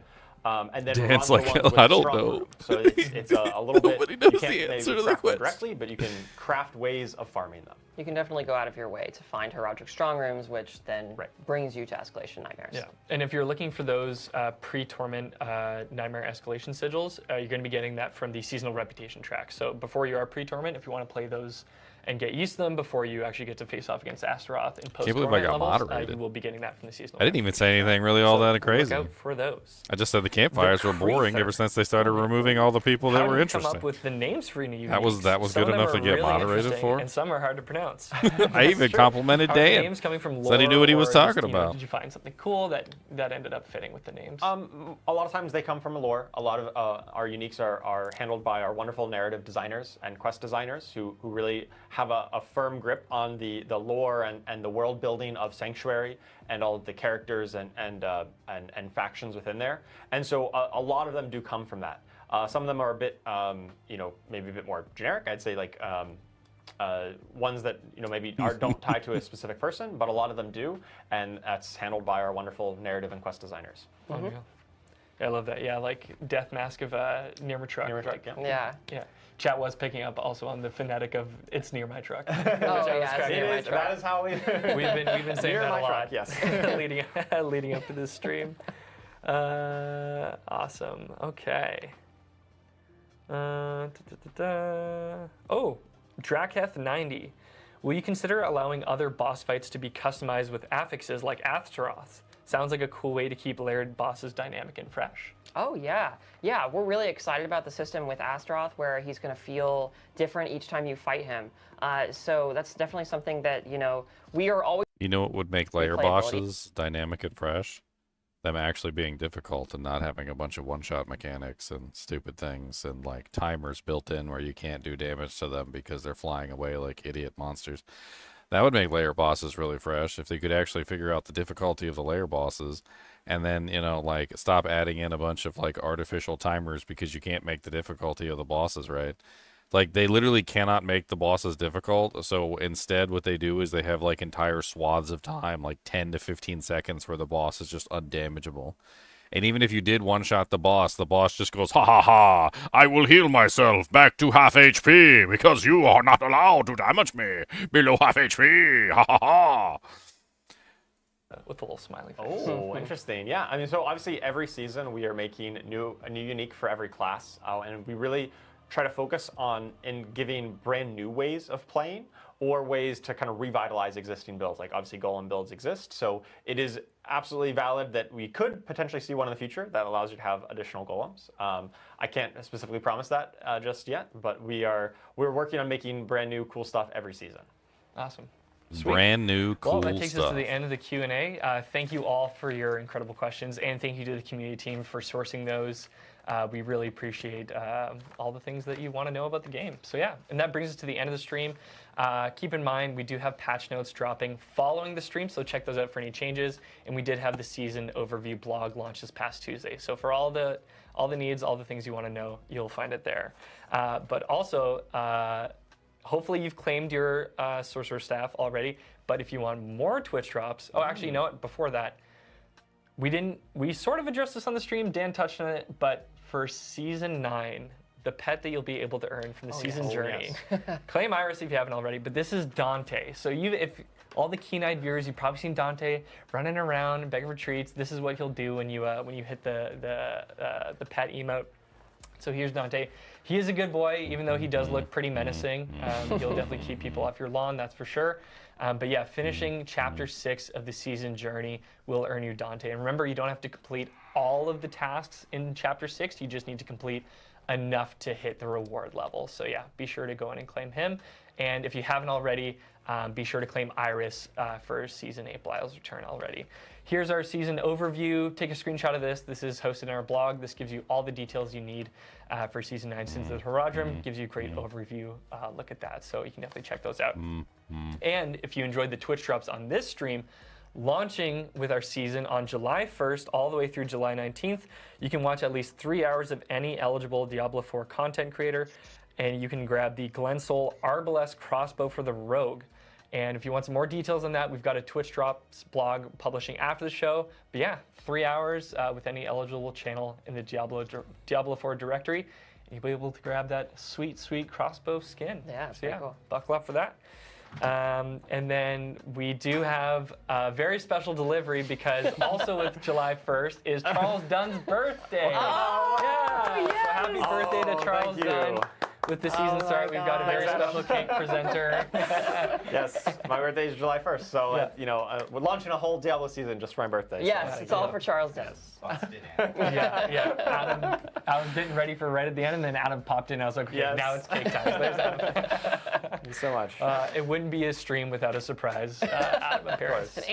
Love that. So yeah, so you can celebrate the launch of the stream, and you can celebrate the launch of the season and Charles Dunn's birthday, which is fantastic. And then following the stream, if you did have some more questions or you just want some more Diablo 4 content, Aislinn Hall is going to be joining Nacho in the Sanctuary Discord for another edition of Burning Questions. So Aislinn's doing double duty today. Right after the stream, she's running back to her desk and then jumping in the Sanctuary Discord to answer all those burning questions with Nacho. And we will be rating Nacho's stream following this one, so you can stick around and just check it out here if you'd like that as well. Yeah. I do want to give a huge thank you to everyone involved with the stream. Thank you to production for putting everything together. Also, for those of you at home, thank you for being here and joining with us. I can't believe, I think Rich called it out. It's our 29th stream for Diablo 4, which is just crazy.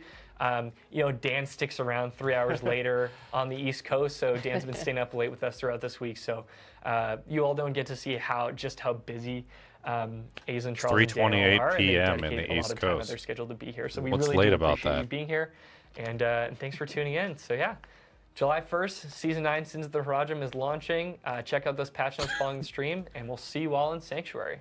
Awesome. Thanks, everyone. Thanks, guys. Bye. What is late about 3:28 p.m.? Like what is did they literally just say that 3:28 p.m. is late in the day at night? Like Dan's he's staying really late because he has to. He's 3 hour. He's staying really late, guys. 3:28 p.m. I mean that's I'm sure he clocks out at 5. To blip over to the Discord here. Oh God. Oh dear Lord Jesus. Who is Nacho Chips? Nacho Chips about to get 10 trillion viewers.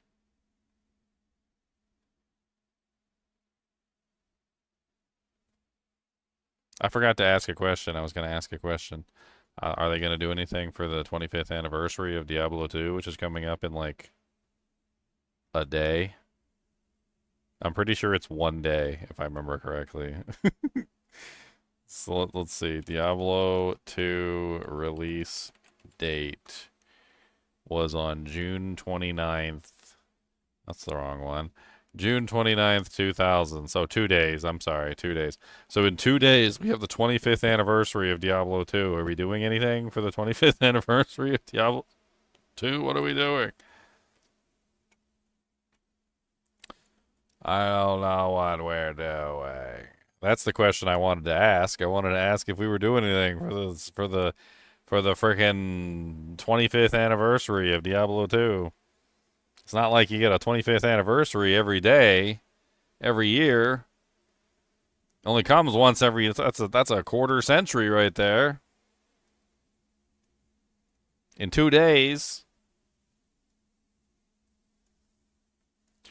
I don't want to watch Nacho Chips stream. I'm sorry. I've never seen you before. I don't hate you or anything. I just don't want to watch your stream.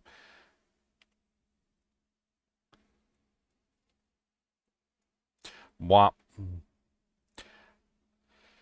They did some sort of thing for Overpower, and I think I missed a little bit of it, but it sounded like they said that Overpower was going to have all of its additive bonus removed. That's what it sounded like. It sounded like they were nerfing it even further into Oblivion. Like, they basically, they were like, you know, we haven't nerfed this enough. And then they decided they wanted to nerf Overpower even more. The hell is this? Did they change the entire website or something? Or am I just like, no, okay, no. Okay, where's the...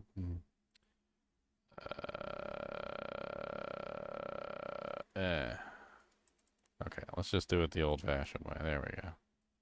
Refresh the page. On June 27th, patch notes. 2.30, all builds. If you'll excuse me, I read the entire previous patch notes that they came out with, so I'm going to skim through these and look for anything that stands out to me as, you know, like ridiculous, like absolutely ridiculous. Looks like they dialed back their changes on the Exalted Hunter completely, with a minor caveat that it halves after each continuous reset. So basically you won't be able to do multiple resets in a row. They nerfed the Thorns damage on the Balazan's Maxotl. Okay. It wasn't really that great to begin with. I'm not really sure. Oh, I see. Fixed an issue where Thorns damage could be snapshotted when using the box. But if you fix the issue where it was snapshotting, why would you then also nerf the Thorns damage on the ability? Because it wasn't very good without the snapshot. I know, because I tested it. So they basically just murdered that item then. Because I tested it on the server, and it was okay-ish. I mean, it wasn't like super duper amazing or anything. Enhanced Flay. A vulnerable proc change increased from 15 to 50%. A relatively pointless change, especially since it's double with two-handed weapons, and it usually was like 30%, which means it's a 100% chance with two-handed weapons now. I really doubt they adjusted the two-handed thing, because they probably didn't even think about it. I mean, I guess if you're doing a one-handed version of Flay, which that is a thing, you get more vulnerable procs, but usually when you're doing the Flay bonuses, you're spamming Flay and you get like massive amounts of vulnerable anyway, so it's really kind of like a non-change. Like, is it a good change for people who use Flay? Sure. Like, you have to attack less to get your vulnerable proc, but like the vulnerable proc had 100% uptime anyway if you spam Flay. Like the only thing that this really helps is people who were using Flay as their basic skill with like something else as their primary skill. Like it might allow you to keep your vulnerable proc up more often if you're not using Flay as your primary skill. But to anybody who was using Flay as their primary skill, basically a non-change.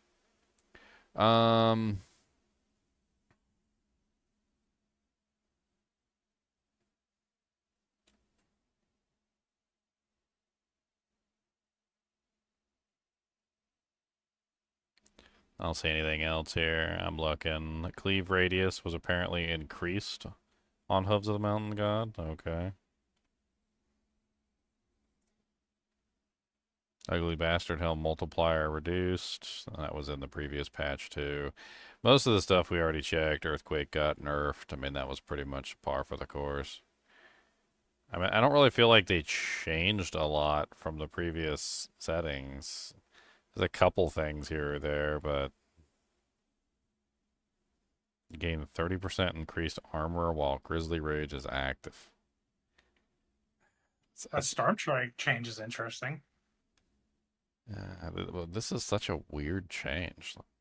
After chaining to Storm Strike, and now chain back to old targets after running out of new opponents to change. Well, Storm Strike could be really powerful. That could be an interesting change. I don't know what the hell they're doing with Toxic Claws. Toxic Claws has been absolutely useless ever since they changed it, and they just keep playing with it. I feel like the audio, I don't have the audio on Twitch, but I wish I did. The one where it's, quit playing with your dinghy! Like, at some point or another, they've got to realize that they need to stop, like, just take your hands off of it for a couple minutes. Like, dear Lord Jesus. Like, Victimize, for instance. Like, how many seasons in a row has Victimize been changed, tweaked, broken, fixed, broken, fixed, broken, fixed, broken, fixed, broken, fixed? Like, I can't even, I lost count. I think it's been broken and fixed like more times than the number of seasons that we have. Like, we have 9 seasons now coming up, and they're changing Victimize again. And like, I think it's been broken and fixed more than 9 times.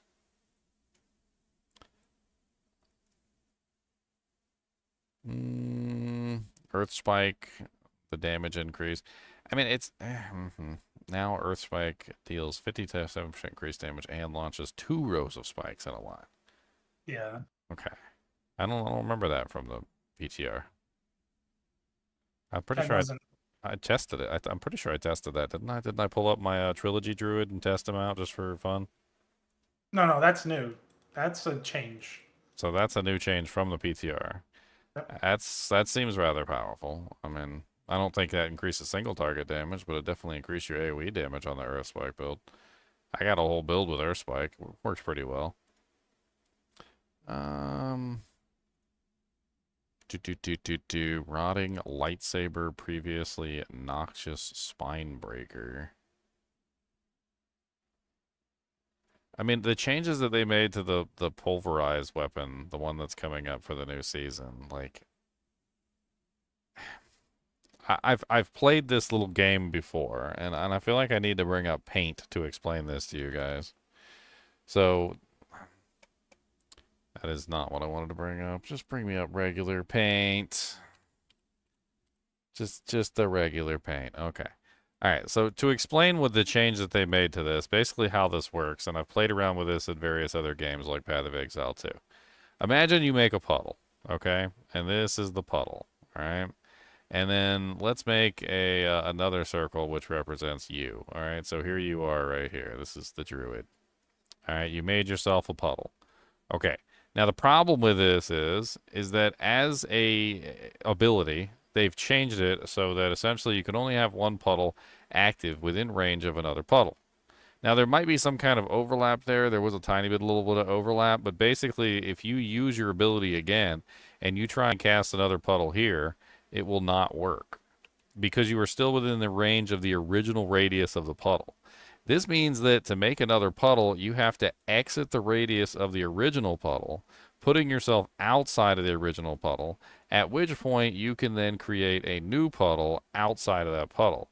However, a lot of these abilities won't let you overlap by very much a degree, which means that there's usually a second circle outside of the first circle to represent where you're not allowed to put this puddle. So it usually looks something like this. Your green puddle is here, which is your poison puddle, and then the blue represents like the maximum distance that you have to be out of before you're able to create a new puddle. And this means that your druid has to be out of that radius before he's allowed to create a new puddle, and it just makes for a really annoying gameplay style. I've tried it on a couple characters, and basically all it does is your character just ends up doing this. Puddle, let me come out here. Puddle, all right, let me move over here. All right, puddle, let me move over here. Puddle. And the stupid thing about this is the monsters follow you, right? So, like, the monsters are following you around, and you're putting puddles all over the place. But, like, the thing is that this puddle over here, there's no monster standing in it anymore because they followed you over here, and then they followed you over here, and then they followed you over here. So, like, what ends up happening is basically you got like 3 puddles on the ground that there's no monsters in.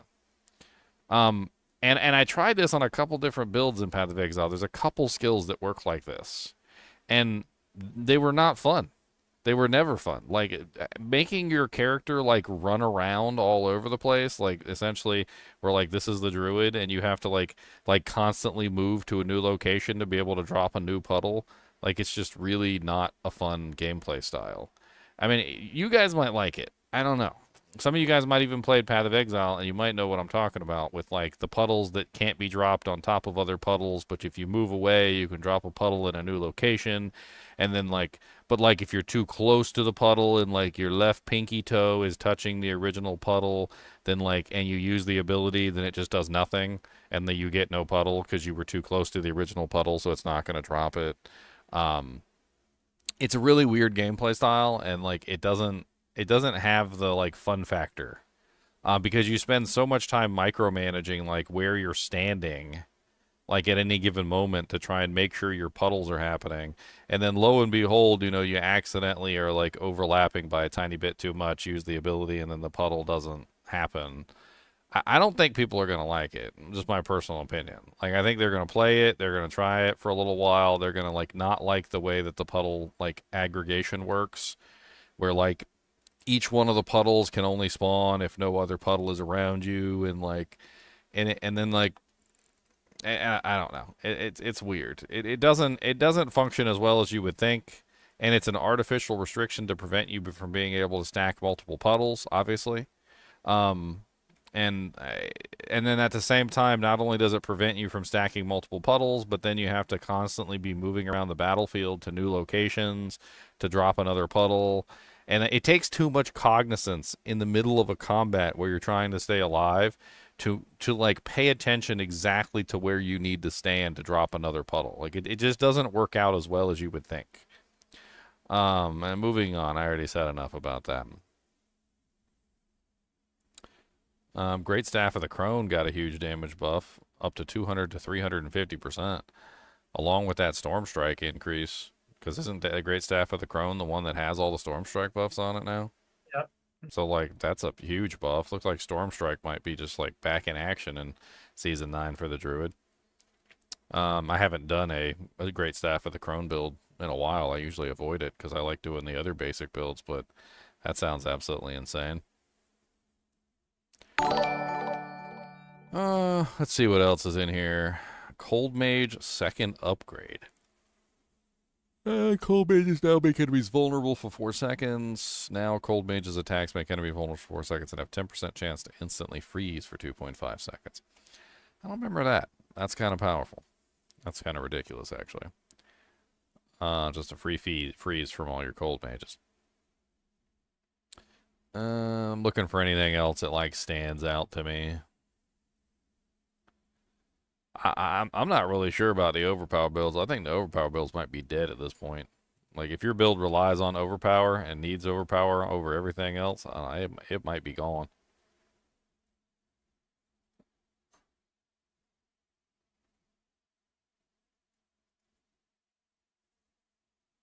Huh.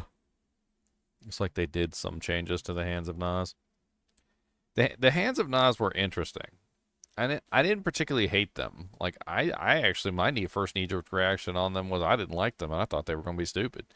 And then I actually tried them out, and they were better than I thought. But, like, there was a lot of little problems with them. Like The game is obviously not made for you to have that many mages. Half the time, like 4 or 5 of the mages just get stuck and just like stand in the back and don't do anything. Like it's the weirdest thing ever. If you want to go back and look at my PTR footage, you can see it. But like I would go into the training room and I'd try and get them to come up and like attack the dummy. And I'd go to the back and there would be like 3 or 4 mages just like sitting in the doorway, just like picking their nose and stuff, just sticking their finger up there and just like, I'm like, bro, you don't even got a nose anymore. And they just wouldn't even do anything. And I tried everything I could to get them to engage and they wouldn't even engage. I don't know what was going on. And like the game doesn't seem to be designed to have that many mages. And there's something wrong with like their AI. Like they start to fill up all the available spots around a target or something. And then like there's nowhere left for them to stand. And so then like the new mages can't like come in and do anything. And there was a couple other little problems with it too that I didn't really enjoy. There's like 100 ways you can potentially build it. You can build like a full shadow necromancer and do the shadow mages and spam shadow damage. You can just go full mages and you can just buff up the mage damage as much as possible and just rely on the mages for everything. I mean, it was okay. I think that the full mage version is probably going to be pretty powerful this season. And if you want to do the full mage version, I mean, it's there. Hopefully like this is probably addressing some of the problems that were going on. I don't know if they addressed all the problems, but you'll see them if you play the build. Poor Bloodless Scream. It's never been a good weapon. It's never been a good weapon. I have no clue about this like new unique for the rogue. Like I don't know enough about Flurry to say nothing about it, so I'm just gonna avoid it entirely. I don't know why they're nerfing like Shadow Clone. I didn't really think Shadow Clone was all that powerful. I mean, they did make a lot of changes to it, and I had run it in a couple of my builds recently, but like, I don't know. I thought Death Trap was more powerful, to be honest. Like, I thought they were going to nerf anything. They were probably going to nerf Death Trap into the dirt. I mean, it's not really our fault. They keep using this line, and they're like, oh, well, the ability was doing everything. You know, it like scrubbed your toilet and bought you a flanged mace and combed your beard for you and cleaned your dog, and it also also bought you a chinchilla and set up the cage, and it also like washed your steps and repainted your house. And you're like, but who set that up that way? Like, who was the one who set it up that way in the first? You was the one who did that. You was the one who made it do everything in the kitchen sink because you was trying to get people to like it. You was the one that tied the pork chop around the ugly baby to get the dog to play with it, okay? And then we went to play with the baby because the baby had a pork chop tied around his neck. And then you got mad because we was eating the pork chop instead of playing with the baby. But like, they keep saying this over and over again, like Soul Rift, it did too many things. I can't believe how many things Soul Rift did. It was so amazing. Like, but you the ones that designed it that way. That's you introduced it that way. You literally gave it everything in the kitchen sink, and then we was like, this thing's pretty good. It gives us everything in the kitchen sink. This is nice. And then we used it, and y'all was like, man, I can't believe it. Y'all was using that skill that gave you everything in the kitchen sink. And why ain't you using any of these other skills over here that don't give you the kitchen sink? Okay, what? If it don't give you a kitchen sink, you don't want it? We're taking the kitchen sink away from Soul Rift. You don't get no more kitchen sink. And that's all there is to it. And don't even come back asking for it neither. What did they do to victimize? I gotta read this. So, previous lucky hit dealing direct damage to a vulnerable enemy has a 50% chance to cause an explosion, dealing 90% damage of the same type to the surrounding enemies. Victimized damage is increased by 20% times of your vulnerable damage bonus up to 300% times. So now they changed it to dealing direct damage to a vulnerable enemy has a 50% chance, so it's the same. Dealing 200% damage of the same type to surrounding enemies. Enemies hit by victimized explosion take 75% times increased damage from you for 3 seconds. They gutted it. Holy Jesus, they gutted it. So before you got a 20 times multiplier up to 300% multiplier based on the amount of vulnerable damage bonus that you had. Okay, so that is a 90% damage with a 300% times multi.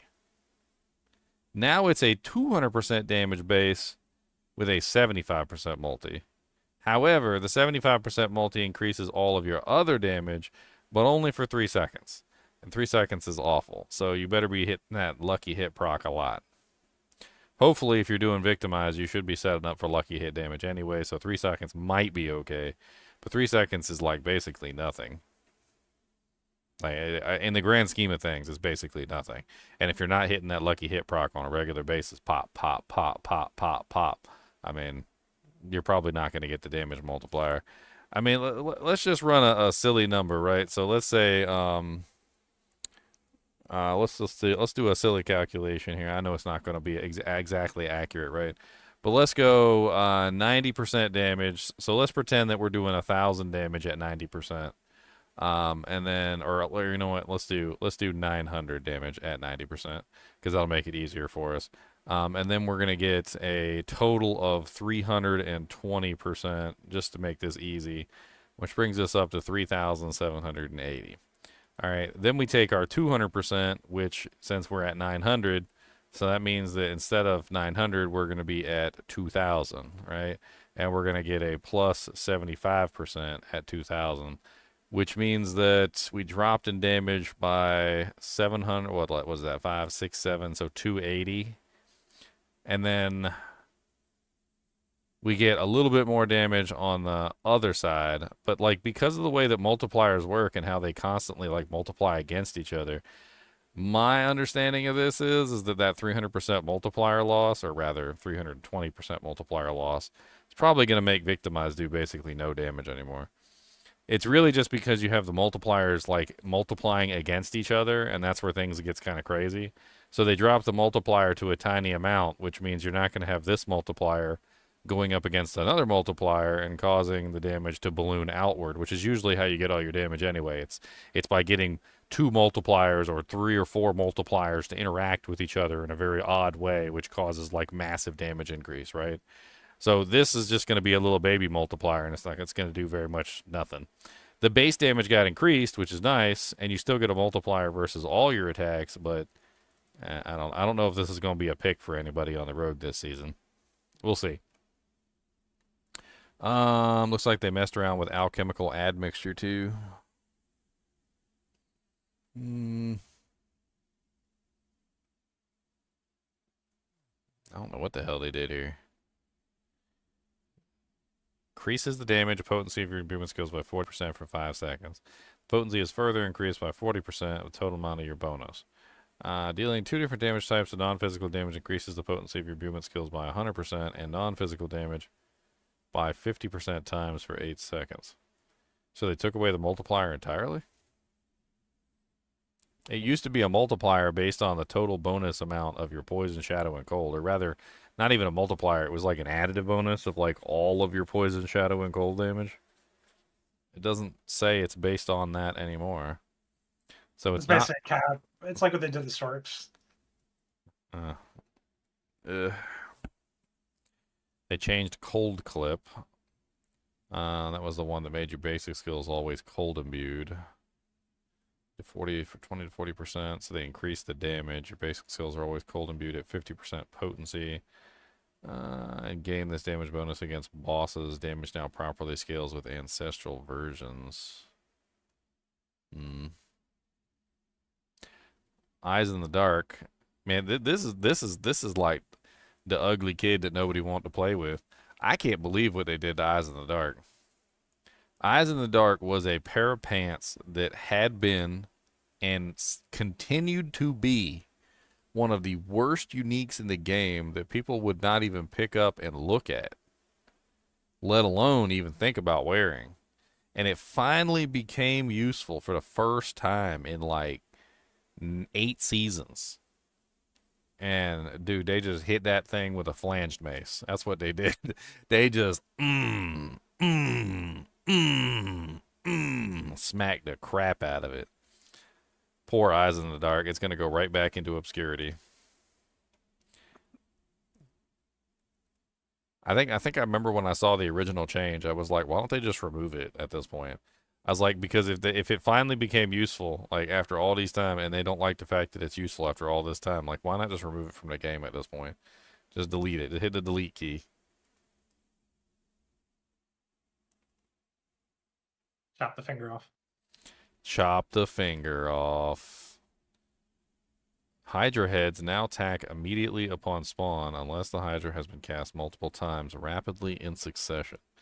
This change is intended to make the Hydra feel snappy and responsive after casting in most situations, but it should also discourage repeated spamming Hydra casts at high attack speed to trigger more immediate attacks. So they have a delay on spamming on the Hydra actually attacking because they were afraid that if you spammed the cast of the ability, it would cause the Hydra to attack more quickly than was originally intended or something. I mean, why not reward somebody for spamming their mana? I don't even understand why that's an issue. Like, it costs mana. Actually, it doesn't cost mana for Hydra anymore, does it? Didn't they remove that? I think they removed that this season. Well, Hydra costs mana if you use the new aspect. Oh, yeah, that's right. That's right.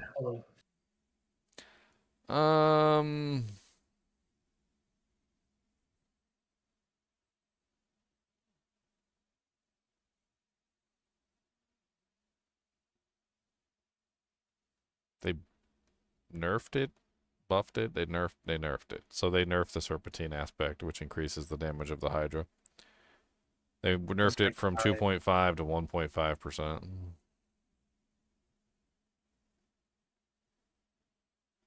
It also clearly states wait, no. They just kind of like reworded it in a way. Okay. Yeah, it's the same. But they nerfed it by one whole percentage point per point of mana. Man, I don't even know if that's worth using anymore. Might be better off just to not use it. Just spam it.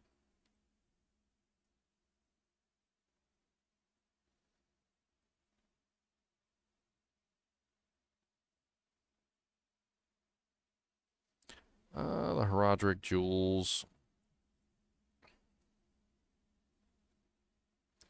Physical damage you deal shatters enemies' spirits, causing them to make 40% times more physical damage. Take 40% times more physical damage for 6 seconds. This effect applies when first damaging a boss or elite or when they are affected by a crowd control. Huh. That's what they were talking about the physical damage ability, huh?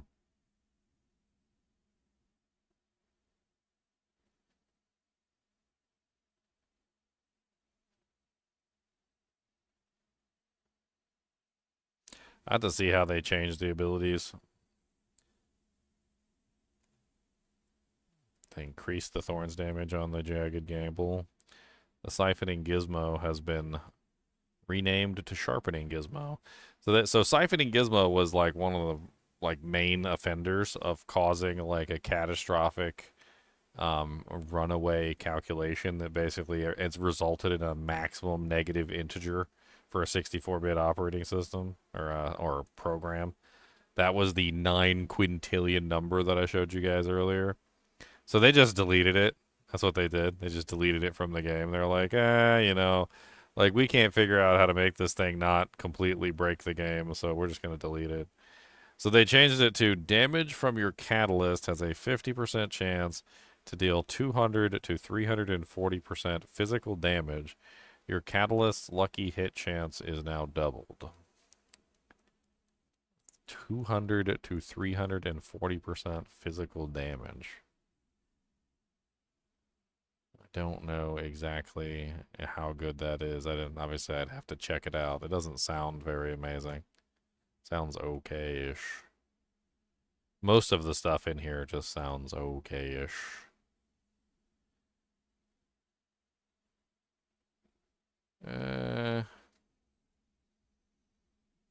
Every 9th wave from your Astro Pillar fears enemies. Enemies close to it are taunted and have their fear removed. Okay. Just looking at some of this stuff in here to see if there's anything that stands out to me.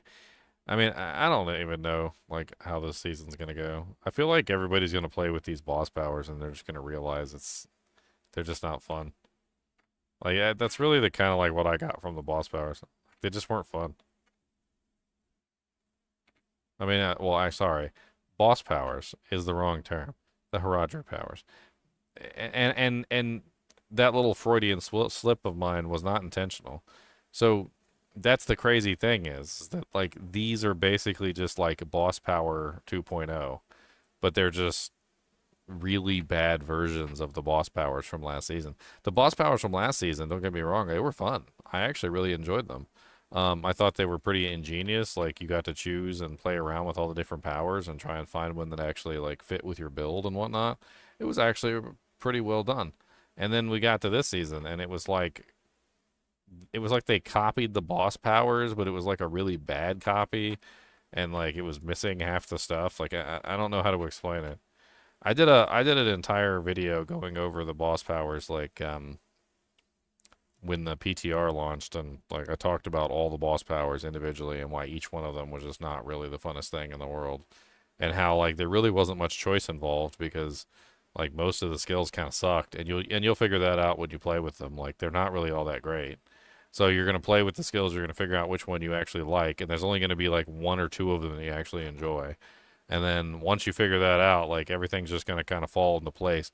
And they kept talking about like infinite combination and infinite customizability. But like,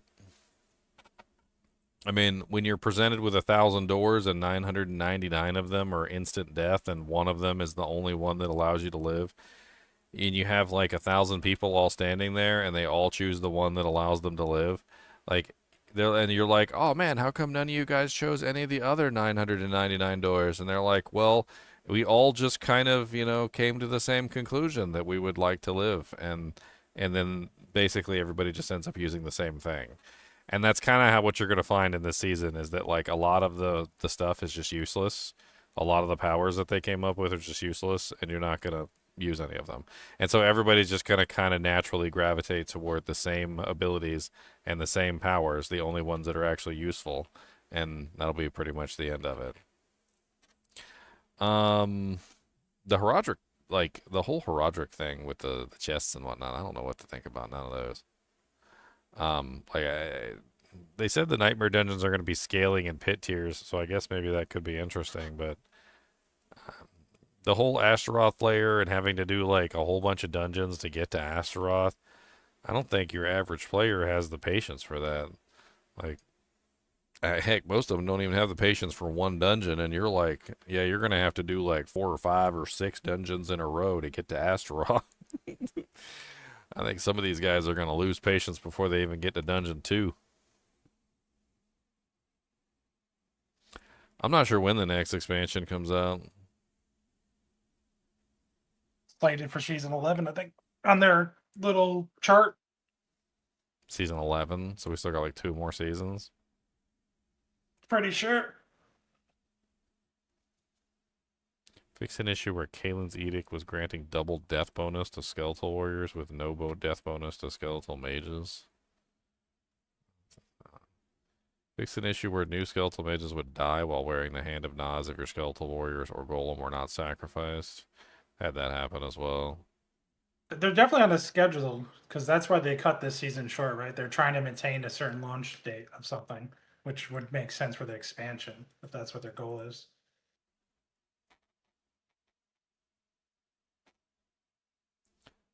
There's a bunch of fixes here for the mages, so maybe a lot of the stuff that I talked about's been addressed.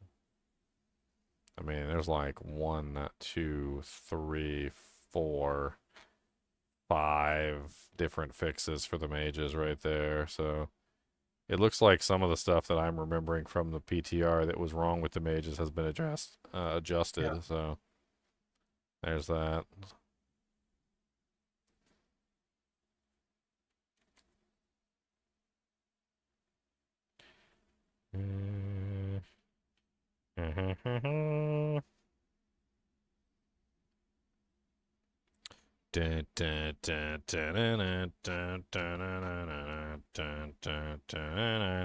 Looking at the patch notes and I'm checking for see if anything is gold.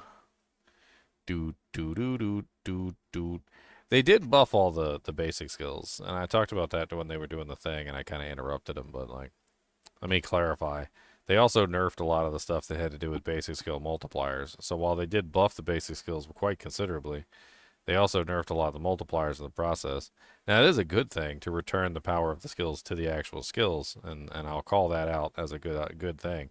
But at the same time, like, don't mistake it as like a huge buff for the basic skills, because really it's not. It's just a kind of like a shifting of the power like paradigm away from the aspects and more toward the abilities, which is nice, but they're not really that much more powerful, I think, than like previous seasons, like from my testing. There might be a little bit of a power gain, a tiny bit. Some of these got more buffs than others, though. Like when I was playing around with stuff, some of the abilities definitely got larger buffs than the others, and who knows, they might end up getting rebalanced. Yeah.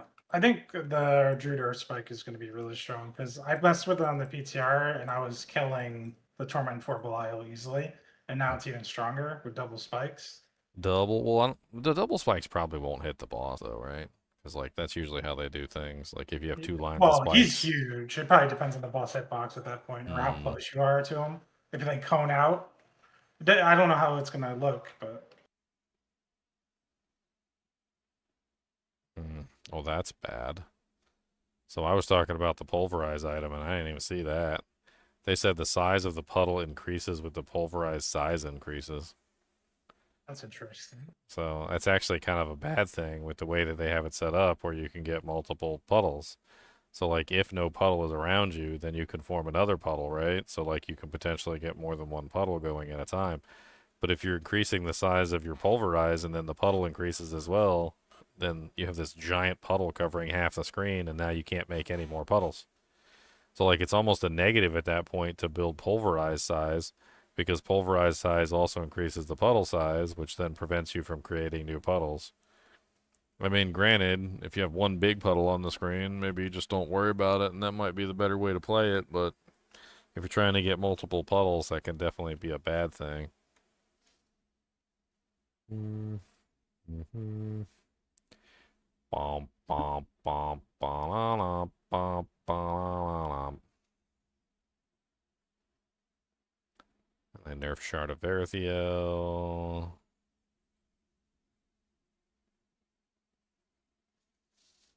Adaptability got a very interesting change. Definitely a powerful one for some builds like Barbarian.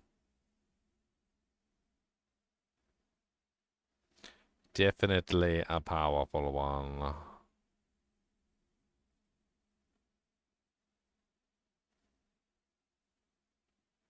Yeah, see, like Earth Spike 19 to 90, Wind Shear 20 to 60, Storm Strike 20 to 60, etc., etc.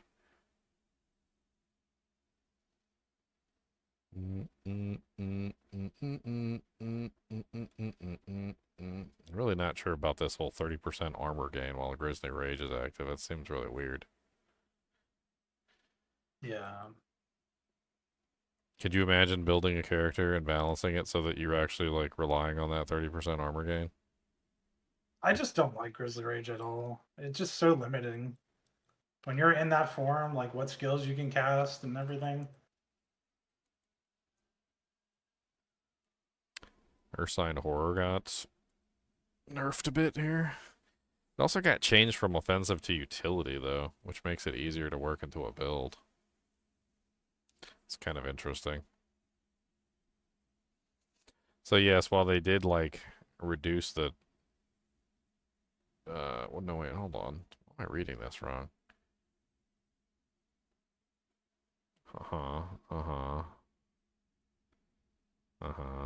They just like completely changed the way the skill works.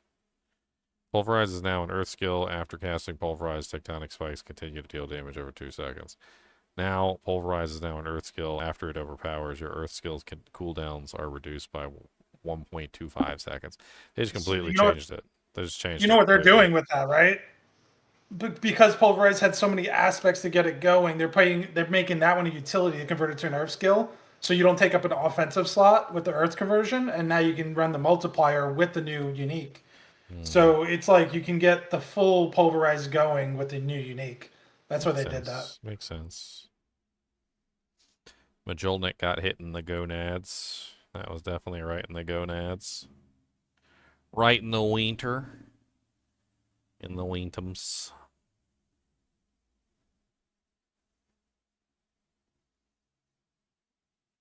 Shadow Blight key passive damage bonus capped at 450%. Ossified Essence capped. Let's say cast up to capped at 140% times.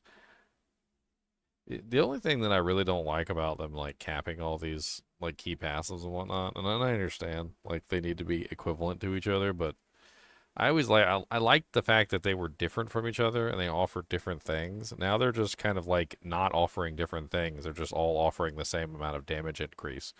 They're like, oh, well, we just need to make sure they're all equivalent so that nobody's picking one over the other because of like X reason.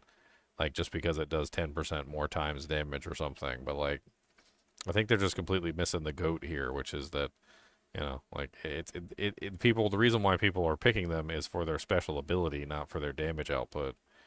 By making them all equivalent, like at that point, it's not just the fact that they're like capping them all at the same percentage. They're trying to make them all like equivalent options, almost identically, essentially, so that there's no real reason to choose anything over anything else. At that point, you're just like, which one is the best one for my build, and not which one am I interested in playing with, if that makes any sense. Seems to be a theme with all their balance changes. All their balance changes make the game more boring. Like they need to balance it, but they make it boring with their changes. Like what they do with the Paragon board. Boring. Yeah, there's the victimized change again. These patch notes are kind of odd the way that they list the same things multiple times. Like, you guys might think I'm just passing by stuff, but like, we already went over that. Like, we already went over victimize earlier. We looked at it, we talked about it, like, until we went over the change and everything. Like, and that's just, again, it's just repeated.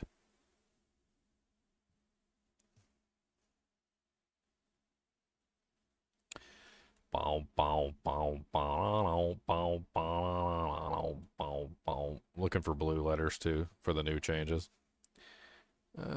Critical hits with lightning spear cause the spear to arc to the target and up to 5 other enemies, healing 60% times of normal damage. Lightning spear deals 20 to 40% times increased damage. So just take away the critical strike. They still have a multiplier in there, but 2 of them, actually. It's weird. They're just taking away critical strike stacking at that point, right? It's pretty much all they're doing. We don't like you stacking critical strike. Where is the change with the overpower? Like, I want to see that, and I don't see that in here. Gameplay Barbarian. So many snapshotting issues with Mighty Throw.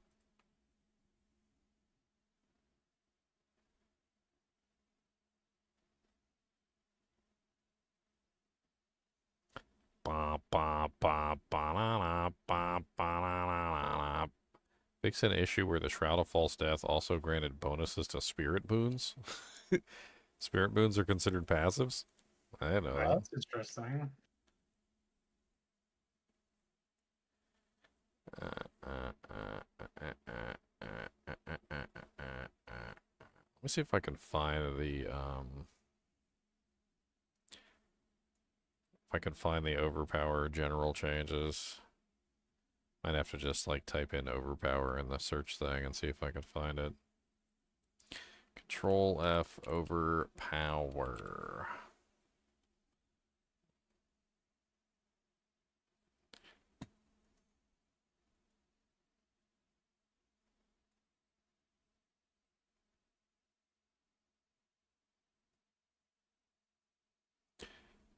Overpowered damage inherent affix maximum reduced from 196.3 to 65%. Vulnerable damage inherent maximum affix reduced from 57.4 to 50. Critical strike damage inherent affix maximum reduced from 57.4 to 50. Damage over time inherent affix maximum increased from 20 to 50%. Damage to close enemies inherent affix maximum increased from 20 to 50. Summoning damage inherent maximum affix increased from 20 to 50. Overpowered damage maximum affix decreased from 70 to 65% on base affixes. When overpowering, additive bonus damage based on your maximum life and fortify amounts reduced by 80%. So they reduced it even more and then reduced it again. I don't even know what the hell's going on with overpower anymore. Alright guys and gals, I'm going to end this stream and then I'll probably boot up a Diablo 2 stream, provided that System Shock 2 is still not working for me. As always, I do appreciate you guys and gals watching. Be sure to hit that like button and subscribe button if you enjoy the content, and as always, keep watching.